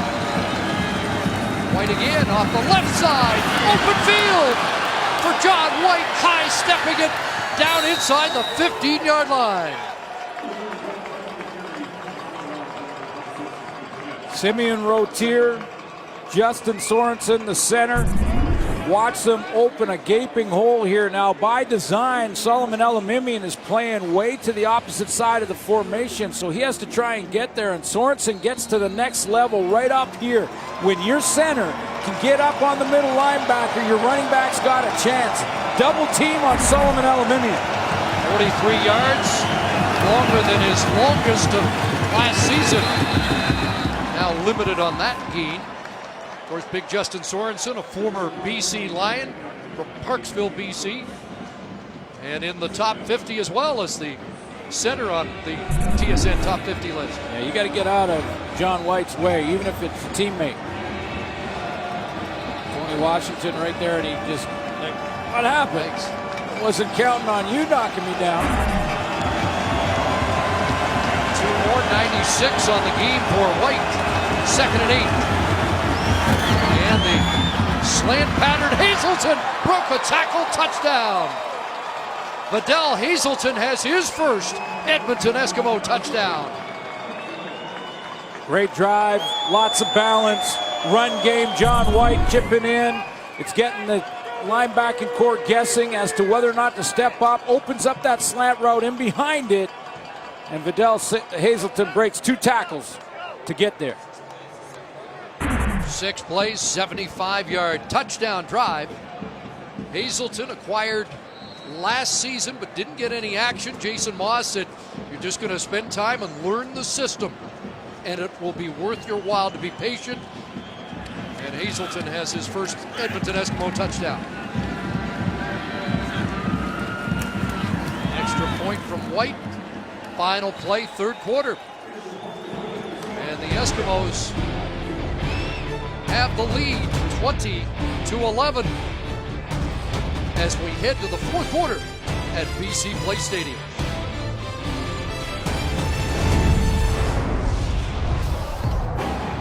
Lions seemed to dominate that third quarter, but they end up losing at 7-6 on the late third quarter touchdown by Bedell Hazelton. Yeah, they played better in the third quarter. I thought offensively the adjustment was to get Jeremiah Johnson more involved. He had 67 yards of offense in the third, but a big drive by Mike Riley. And, you know, I don't want to say this in the wrong way because Darrell Walker is a guy you just cannot replace, but this Edmonton offense may be better because they're more balanced. They can spread out the offense. They were a two-receiver team last year. This year, they've got 4 serious weapons in Zylstra, Williams, Hazelton. You can go down the list here. Well, the 2 new guys are the 2 receivers that have hit pay dirt tonight, and Zylstra with the most catches. Been a quiet night for Darius Bowman. Well, if it was a quiet night for Bowman last year, they didn't win. Brady on the return. And Konar has his second special team tackle. He's all over the field. Good looking drive, 75 yards on the Hazelton touchdown. Yeah, John White is flirting around here and messing around, being the player of the game. He keeps playing the way he is. We've shown you a couple of big blocks.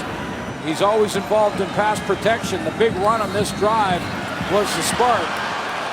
But again, Zylstra getting involved. Hazelton on the touchdown throw. And what about the first half of Duke Williams? I will take. But now the Lions start.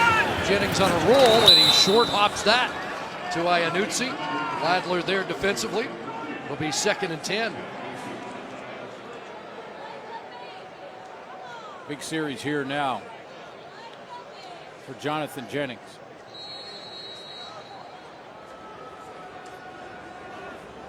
A quiet night, a guy who last year, you mentioned those big,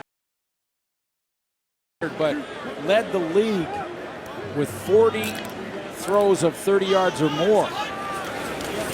Here comes the heat. Screen Johnson. And there's Konar. Can't make the tackle. Johnson, though, is stopped short of the first down. Quick close there by Archon Colhoun, the newcomer on the corner. Canadian kid out of Windsor. But played at Michigan State and played well. Adam Konar is going to make first contact. That's going to force Jeremiah Johnson wide and make him stutter step. And then Colhoun comes up and makes the tackle. They call him in Michigan State the Canadian Flash. Was with the Dallas Cowboys last year. Along with the boot, and Peters muffs it. The ball loose, and the Lions have it. Well, who's got it? Who knocked it out of bounds first? It's BC Lion football. We'll likely get a review. Natea Jay says he's got it, but if the ball was out of bounds, it's who's hit it last. He touched it there. And it looks like, well, who's got it? They're ruling Fenner had his hands on it when he was out of bounds. I'm wondering if Peters, who I think was the guy helping here, was he out of bounds trying to pull it in? It's inbounds there, and Fenner ruling on the field is BC ball. They're going to have to find enough evidence to overturn that call. Tough scramble, but that ball whistled down with a lot of Fenner's hands on the football and his legs out of bounds. Yeah, and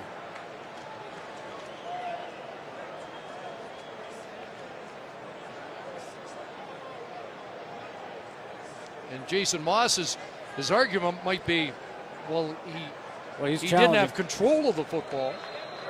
Well, Fenner looked like he had his hand on the outside and was pushing it out of bounds, but Gary Peters was also pulling at it, and he was lying on the white stripe. There's a lot of moving parts in this challenge here. But if neither player has control, then it's still alive for a guy like Natea Jay to pick up. So this one's going to be tough to sort out.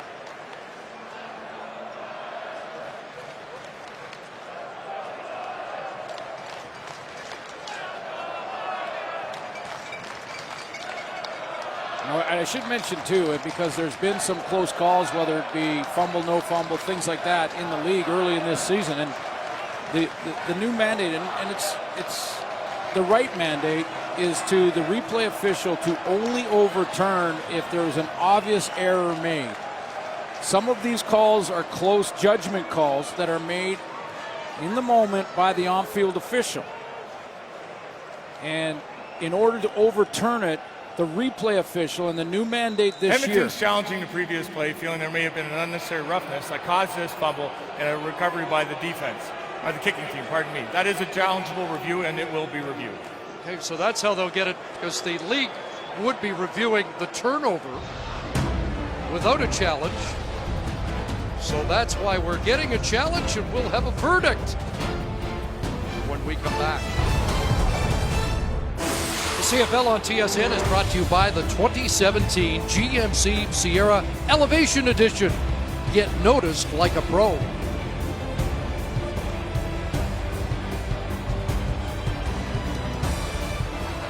After review, the ruling on the field stands. It is BC's ball, first down.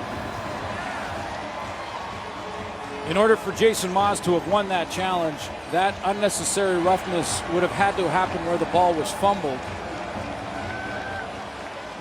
I think he was just trying to get another look at it, or have the officials take another look to make sure they got the right team for possession. The strange play, but a big turnover and opportunity for the Lions as they take over at the Edmonton 24.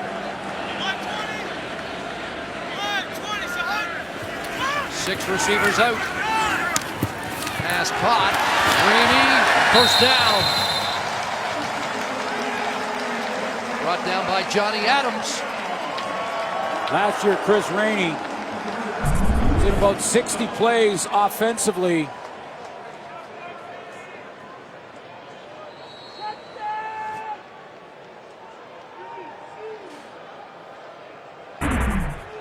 Iguano's got to balance that out and not get him too tired for the teams.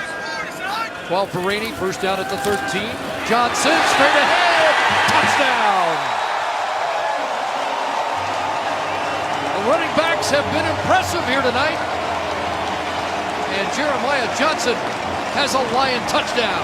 Cody Husband's had some issues with these snaps, and a couple have been low in the passing game. This one was a little off as well, but Jeremiah Johnson, I don't think Jonathan Jennings, that wasn't a handoff from him. That was Jeremiah Johnson taking the ball from the quarterback. I'm taking this, and I'm taking it to the house. 7 touchdowns last year. Johnson, a 13-yard run to pay dirt. Sudden change, offense comes out and scores. That grabs you a ton of momentum. Big drive now for Mike Riley.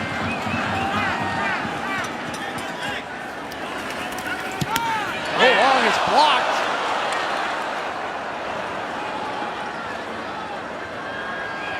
Well, let's see if Perkins can return it. If he did, it would be 2 the other way. And it might be. Ladarius Perkins. Lule trying to angle him out. And Travis Lule is going to get it done. There was a flag down back at the goal line. And it remains a 3-point Edmonton lead. Well, you're not supposed to get hauled down by the kicker, and you're probably not supposed to be hauled down by the holder, but Travis Lule made the play. He's an athlete and he's a leader. Even though he's in the number 2 spot as a quarterback, any chance he gets to get on the field, he'll give you the full effort. Penalty against the Lions, so. After the convert was kicked, no yards, BC number 92. That penalty will be applied on the kickoff. It's a 5-yard penalty. Hey, baby, that's how it happened, baby. I love you, Nelly.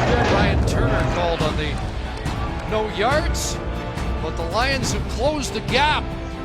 Down by a field goal early. May have been a little of a slow snap, but watch Cody Husband on this kick-out block on a big defensive tackle, Armando Sewell. He gets the block to the left right there to keep him out of that middle, open up the run for Jeremiah Johnson and the touchdown. Now, Armando Sewell was so mad about that play, went in and blocked the extra point. Got the big right paw on the football. So Edmonton by a field goal. And here comes a big return. Ty Long with the hit. 50-yard return from Chris Edwards, getting a chance. That's a great way to grab a little momentum back. The Edmonton Eskimos coming with a return, forcing on the extra point block the holder and Travis Lule to make a tackle. And this one, good blocking on the return. Chris Edwards up the sideline, and he forces the kicker Ty Long to make the tackle. Eskimos only had 6 big plays on the returns last year. There's a 50-yard big play return for Chris Edwards here in the first week. Fake there, the pass behind Hazelton.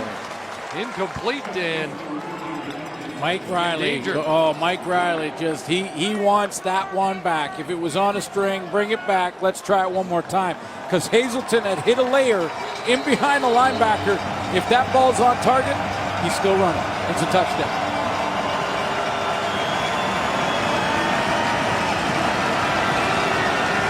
Second and 10, and they amp up the noise here at BC Place.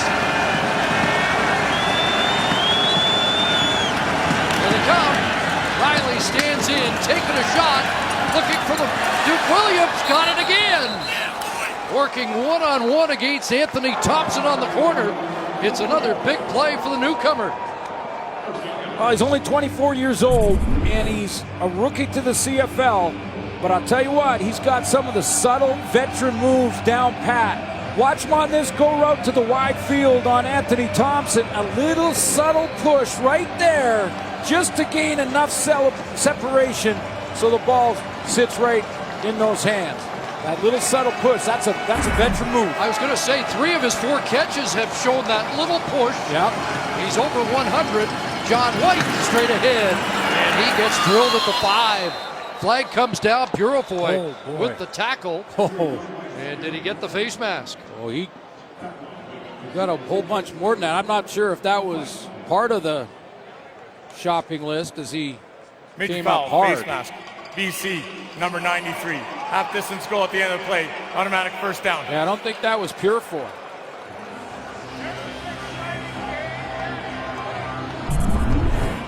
Greg Rowe got the face mask. That's what they're calling. Yeah, he reaches from behind. That slows down White, makes him a target. That was a big hit. Quick answer here if they can convert from Edmonton. Keyed by the 50-yard kick return by Edwards. And the big catch by Williams. First and goal. John White. Touchdown. Eskimos get it right back and make it a 2-score lead.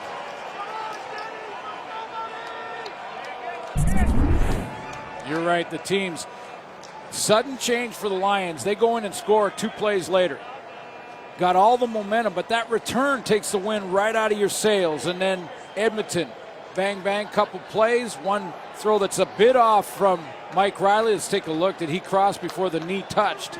Well, I wondered if the knee touched, but on second look, I think he athletically keeps the knee up until he breaks the plane. Yeah, that ball is across the goal line. That's some 2-yard play by John White.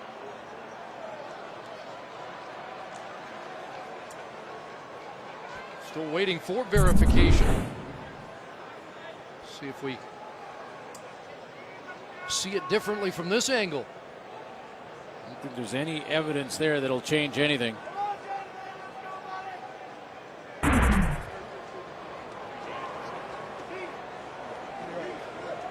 The previous view is automatically under review by the command center. What's up, London? What's up, baby?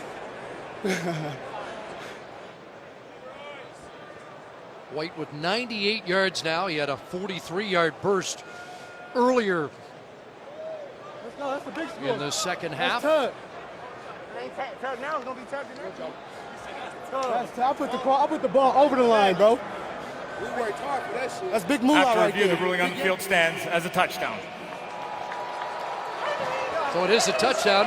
And officially now, John White is over 100. So White with Love your mom. Love his your dad. first 100-yard game of the Come year, on, 3 Janelle. last year. Nieces, nephews. Mariah, love you.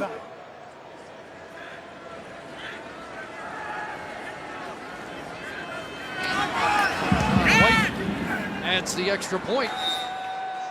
It's the Eskimos by 10. Still over 10 minutes to go, but a big response by the green and gold.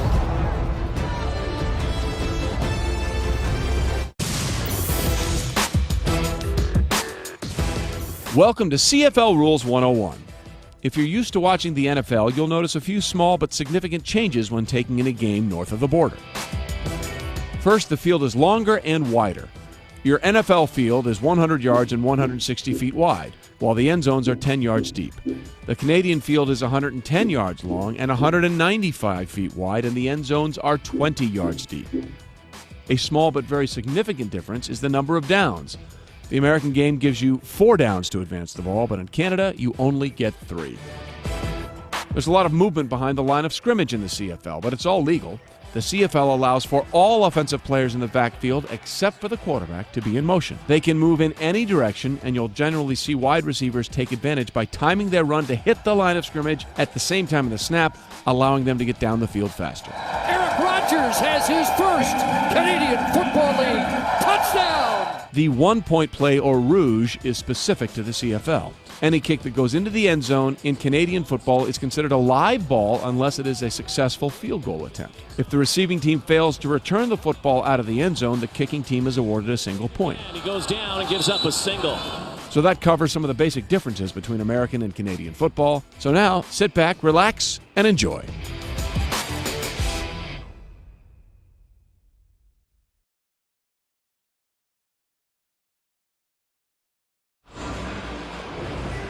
Two Eskimo rookies with the answer to the Jonathan Jennings quick score from Jeremiah Johnson. First, it's Chris Edwards on the return, getting past the midfield stripe and then setting up the offense in this big throw to Duke Williams down the sideline. We mentioned that subtle push. He's very good at it. It's not illegal. You can do that, and the DB's got to give you a little pull, get you closer to him. So White over 100, Williams over 100. Chris Rainey with the football. Sheds one tackle, but contained at the 32-yard line. And now Jonathan Jennings needs another quick strike.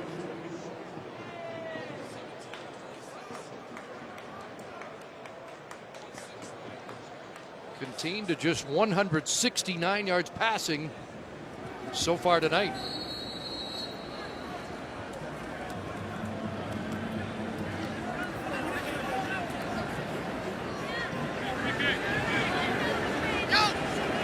Lions start at their 32. Stay on the ground, and Johnson crashes for 3. The 2017 GMC Sierra Elevation Edition. Get noticed like a pro.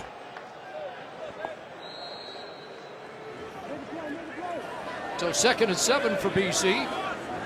Jeremiah Johnson now with 92 yards rushing on the night. 4-man rush. Johnson out of the backfield. Corey Jones there. Johnson lunging ahead. He'll be close to the first down. And around 129 total yards of offense for Jeremiah Johnson. Yeah, and when they got him back involved in the second half, that's when the offense started to look a lot better. Allowing the O-lineman to attack and Jeremiah Johnson to do his thing. That time, Jonathan Jennings was forced to throw it underneath because Edmonton went with 2 deep safeties there and didn't allow Jennings to go over the top. This will require a measurement.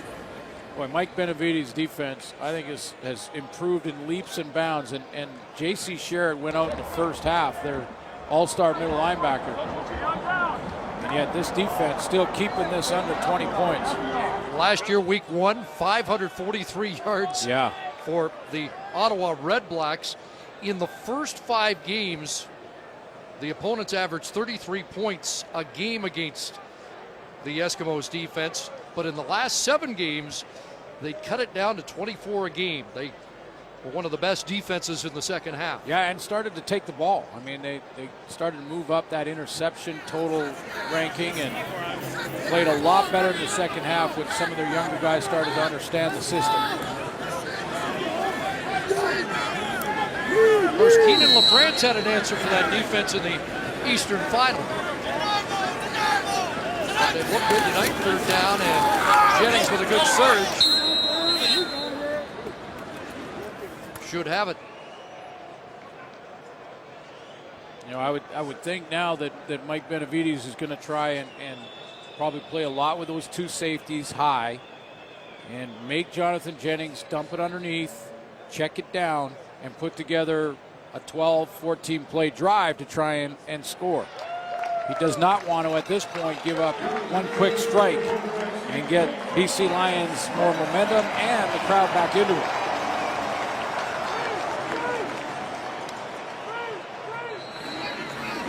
Oh, it is a first down just beyond the 42. 6 receivers out, quick hitter. Rainey's got it, breaks a tackle, and Konar just got enough to spill Chris Rainey, but it is an 11-yard gain and a first down. Right, it's a first down, yes, but again, I think this is the design right now for Mike Benavides. Make him throw underneath. Play change as Sewell comes on defensively, or no, he's not going to get on. Eskimos might be a man down here on defense. Hand off Rainey, and he gets to midfield.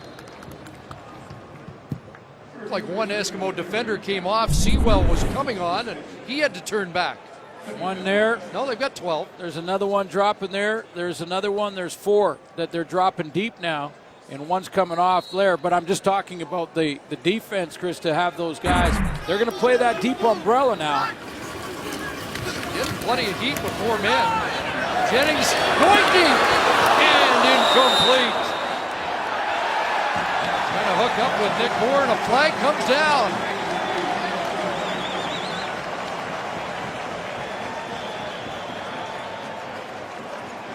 That's Johnny Adams. Pass interference. Number 20. Automatic first down. There's Nick Moore. Straight go route. I've yet to see a BC Lion receiver, whether it's Nick Moore or Manny Arsenault, outrun one of these throws from Jonathan Jennings. Tough to tell if there was contact or that arm lock. That's what they're calling, is that Johnny Adams locked the arm too long. 45-yard penalty. Pass into the end zone under the reach of Arsenault. Boy, that didn't look like much. No, it wasn't. And that's what I'm talking about. You know the pushes from Williams? Those pushes are allowed, and so is a grab of the arm from the DB, but you can't hold it for too long, an arm bar, so he can't lift his arm up. Huge penalty, 45-yard advance for the Lions. And now 2nd and goal. 2 backs, Bombala in. Jennings still under duress, and down he goes. And it is Adam Konar having quite a night. Well, he's got to be pushing double figures and tackles now, and that's a sack at it, and Dad's got to be happy with that. There's a smile from Dad. Of course, now, you know, he's a former player and linebacker, so he's noticing that maybe the angle could have been improved upon, and what we're going to work on some more after the big sack on 2nd down.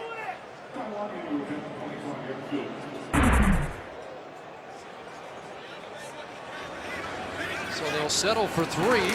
Not one possession. Get back within a touchdown. With just under 6 minutes left, lots of time. That's a big play on a big night for Adam Konar.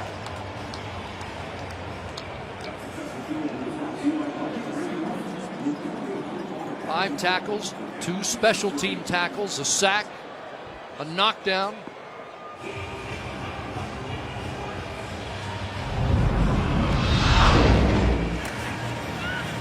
Take a look at a good night. There's a knockdown. Throw out to Arsenault. Closes quickly on one of the most elusive runners in the game. If you come over late, you hurt me. Well, I tell you, he's a young guy, but I see zero hesitation. I mean, he sees it, goes plays it, believes what he sees, goes and gets it done. John White and nothing there up the middle. Will set up second and long. Usually with young players, you can see the decision going on in their mind as they're sort of hesitating. They can see the hole that they should be shooting through to make the tackle. But Adam Konar hasn't been hesitating at all. He's playing on that edge. A lot of people said, well, how are they going to replace Dion Lacey? Let's go. But I think we got our answer.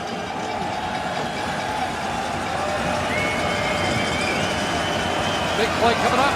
2nd and 8. Riley has time, wants Bowman, and it's knocked away. Good coverage there by Ronnie Yell on the corner. Oh, yes, it was.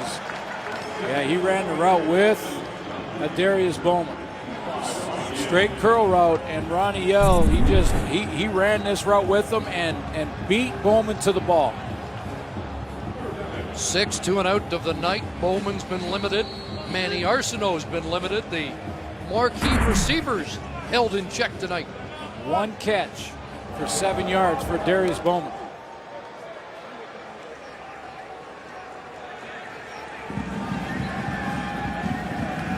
So the Lions getting it back with lots of time. Sean White's kick, fielded by Rainey at the 40. Just a 33-yard punt, but boy, they control Chris Rainey tonight. That's a good play on the team by Blair Smith, who happens to be Adam Konar's backup at the bandit spot, the will linebacker position. Good opportunity for Blair Smith. Get in there and replace the cover ability of Dion Lacey, as you mentioned. One of the best special teams players when Lacey was here. And missing Mike Miller, who has left the team. Absolutely. A couple of the best special teams tacklers, but the Eskimos have filled those holes. Now Jonathan Jennings, 65 yards from where the Lions need to be. Stands in the pocket, and there's a flag as Ladler tripped up Burnham. And that will be a first down up at the 49.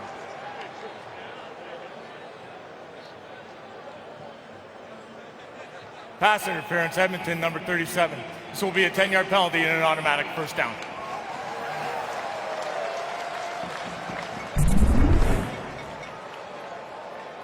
There's Kenny Ladler. Picks up Burnham on that little out route. Almost looked incidental, like he tripped over.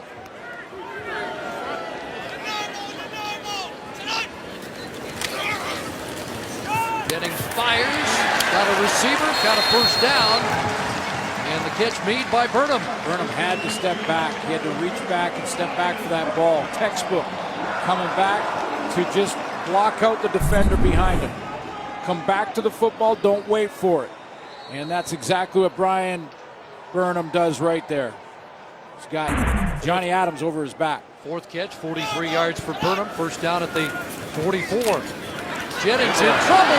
Odell Willis gets home and drives Jennings back onto the Lions' side of half.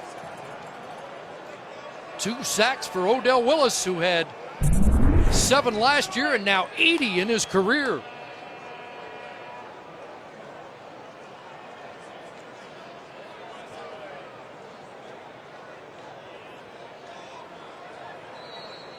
Started out with a swim move over the top on Cody Husband, then came with that rip move underneath. Second and 20. 5th sack of the night for the Eskimos. Tried to set up the screen. Flag comes down. And Jennings takes off.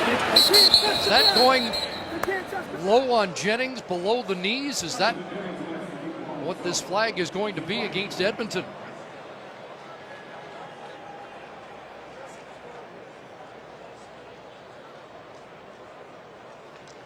Illegal contact on a receiver. Edmonton, number 92.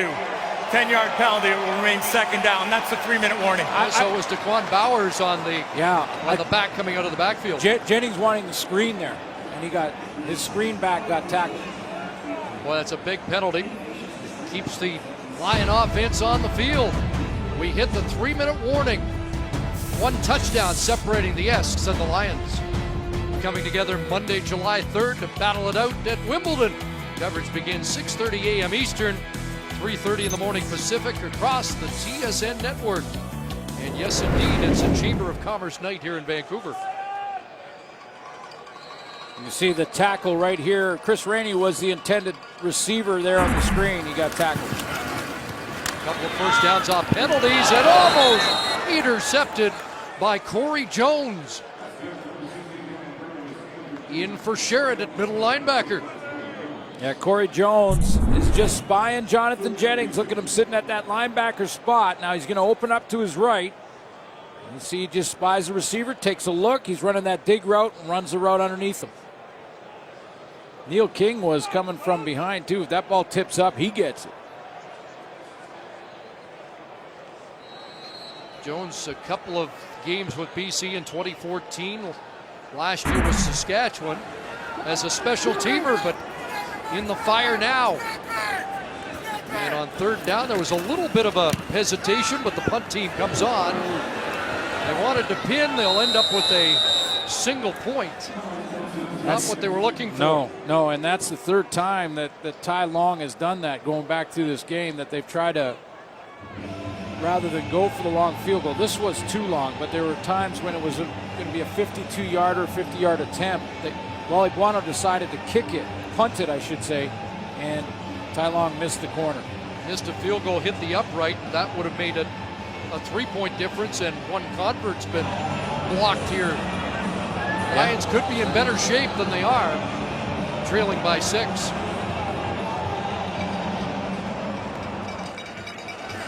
So 2:29 on the clock. Mike Riley will try and play keep away here and put this one away to give the Eskimos a road win. Trying to get this off. Flipped it ahead. Sills for the catch when it looked like the play was coming apart. Well, how did Riley see him? I mean, he was wrapped up.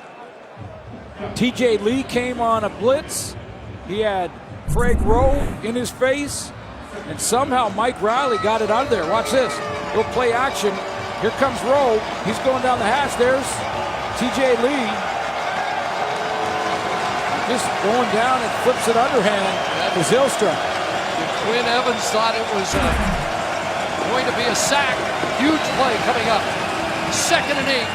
Riley for Bowman. He's got it right at the stick. Mark Washington trying to help the spot.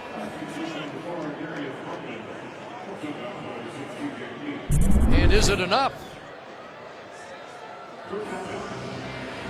Timing out, and unless you get up there and play press, almost impossible to stop it. TJ Lee came from inside out. The great and the correct call and right call. Yeah, they're short by 1.5 yards or more. Well, it looked like that initial spot had plenty for the 1st down. Had to get to the 45. They mark it at the 43.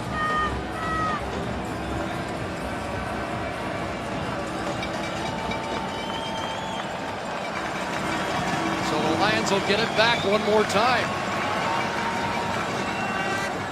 That unwanted point might come in handy right now. Rainey, first man misses. And he scrambles out at the 30. It might, but they take 30, 40 yards of field position instead of it. Absolutely.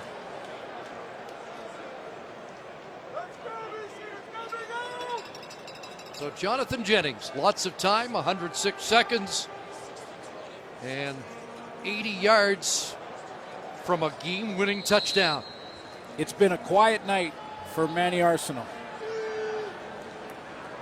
Is he due?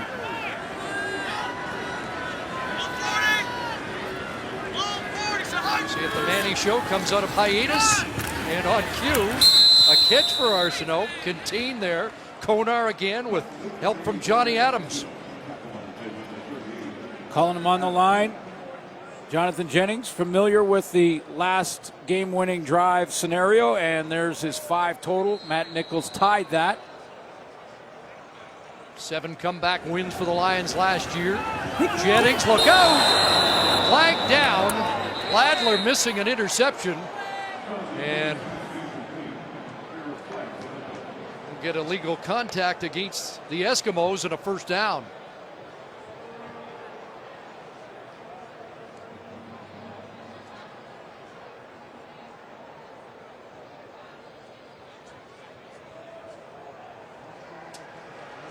Pass interference, Edmonton, number 41. This is a 10-yard penalty with an automatic first down. Odell Wilson's had a great game tonight. This one, you can see, you'll be able to see it pretty clearly. The pass interference on the crossing route. Can't come up out of your position to go and make contact like that. Ball thrown in that direction, that's why it turns from illegal contact into pass interference. Arsenault, the intended target again. Jennings from the pocket, wide side, reaches Jack Johnson, who can't hold on. Arjun Colhoun separating him from the football. You mentioned he's from Michigan State, so is the other corner, Johnny Adams, for our viewers south of the border. Now you got to survive this contact. And that's the correct call by the official. He did not. One of 3 Canadian starters in Mike Benavides' defense. Safety Neil King, and you heard all about Adam Konar already tonight. 2nd and 10. Jennings on a roll, airing it out deep, jump ball, who's got it? Inside the 5, got in behind Johnny Adams.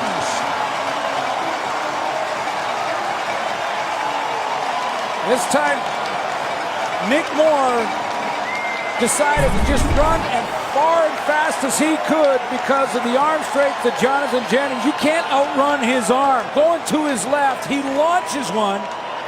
And again, just a subtle push from Nick Moore. That holds Johnny Adams, a 62-yarder, and the Lions are on the doorstep.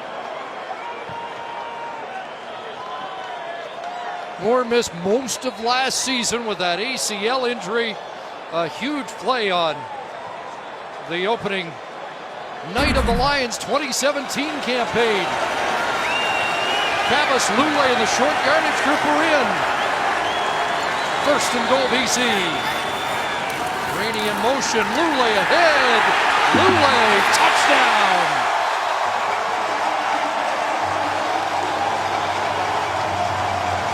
But time on the clock.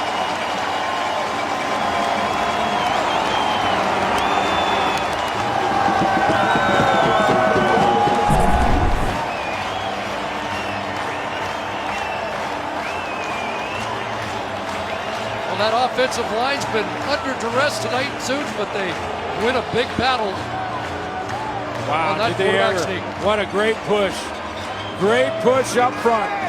Watch him get down there and just sort of root it out and start pushing and driving. That's why you drive the sled in practice. Keep pushing, knee wasn't down. Ball crosses the plane. Extra point to take the lead, but you're right. I know that debate that goes on when you're sitting watching a game in the pub.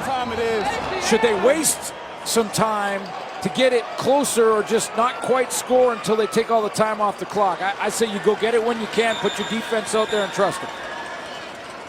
Got to get this convert, and that's not automatic. To break the tie.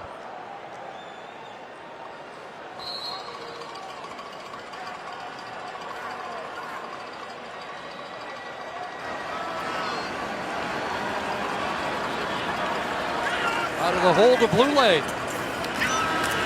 Up. And he's missed. And it is still tied. So we've played almost 3 complete games, and there's been a 1-point difference in the first 3 games of the year. Second convert missed tonight. Take a look at the hold from Travis Lulay first, Chris. That was sweet. Exactly where you want it. Little tilt towards Lulay, which is what kickers ask for, and he just pulled it. Just pulled it left. Tyler Crapigna, Rene Paredes, know how he feels. Let's just show you the touchdown that got this game all locked up at 27. Johnny Adams gets caught looking a little bit, and Nick Moore goes in behind him. But instead of sort of pausing here, watch him continue to go and just keep running. Just saying, I know you can throw it the length of the field, so I'm going to just keep going, and then lets it settle in there. We've got a tie ball game.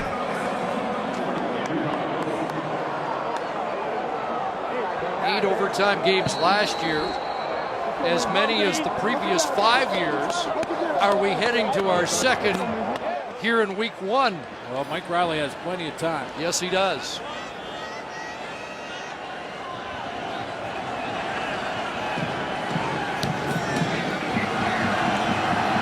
Big move.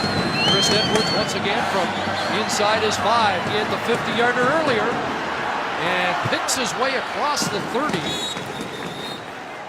48 seconds remaining. Mike Riley with 13 career fourth quarter comeback wins. Lots of time for Riley to put together a drive. He's going to need a chunk at some point here, maybe a 15-20 yarder. But he only needs field goal range.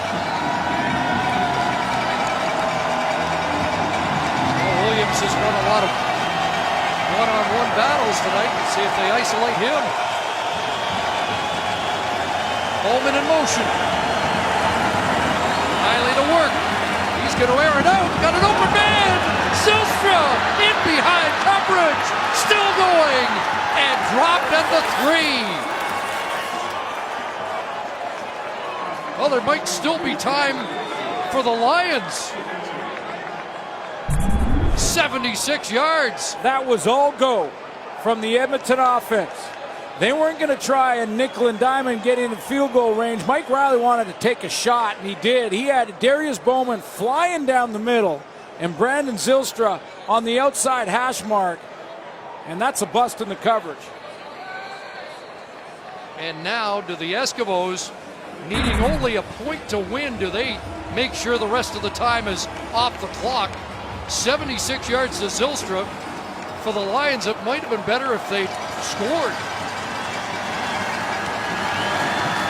Riley trying to get there, and he gets stacked up.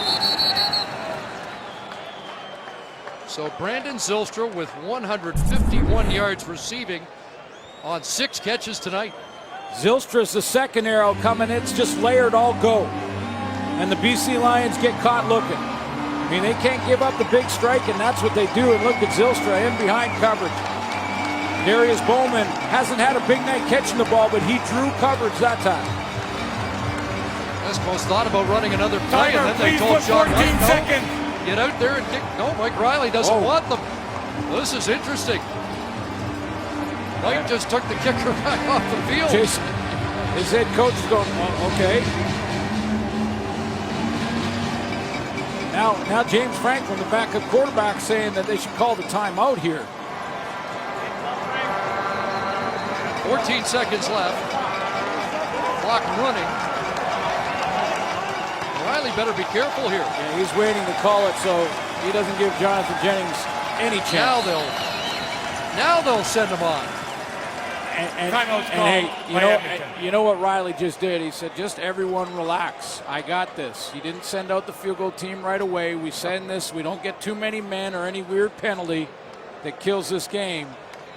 Call the timeout. He's been there before.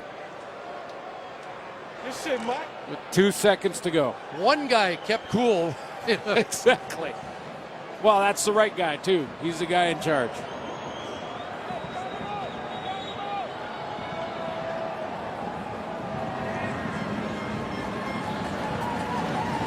Sean White, who's had a couple of short ones tonight. This is the shortest. From 9 yards out, and Wally Bono's going to make him think about it a little bit longer. Timeout. BC.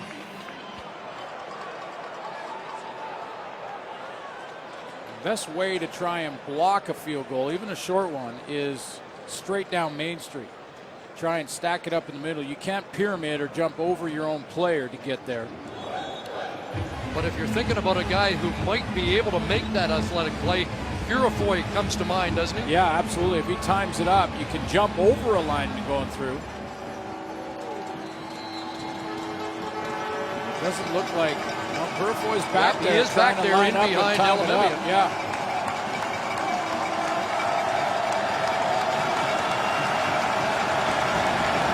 John White for the win.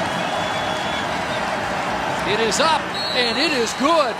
And the Edmonton Eskimos pull it out in the final minute. That huge play to Zylstra from Mike Riley. And Edmonton posts a big road win against a Western Division rival. But wait a minute, we got a flag. It's apparently against BC. And they're going to decline and start the celebration. Push block, BC number 56, penalties decline. Score the field goal, game is over. So Mike Riley now has won 6 of his last 7 starts against his old teammates. Time now for the Nissan Titan Player of the Game, brought to you by the Nissan Titan, official vehicle of the Canadian Football League. Boy, we had a lot of candidates. We had John White, who was going to get the nod, but also Duke Williams, rookie. Brandon Zylstra had a big over 100-yard game. John White did stuff away from the ball too that was so important for the protection of Mike Riley. I think that's why he got the nod tonight. But I want to give also honorable mention to Adam Kona on defense. That was an outstanding game in his first start for the Edmonton Eskimos. Couple of teams who were both 5-5 last year against Western opponents, and we just got a taste of how tough these Western battles are going to be this year. Well, some late drama here at BC Place Stadium. Looks like the Lions were going to pull it out. They miss a convert, and the Eskimos come right back to kick the winning field goal. 30-27 the final. Edmonton wins it here.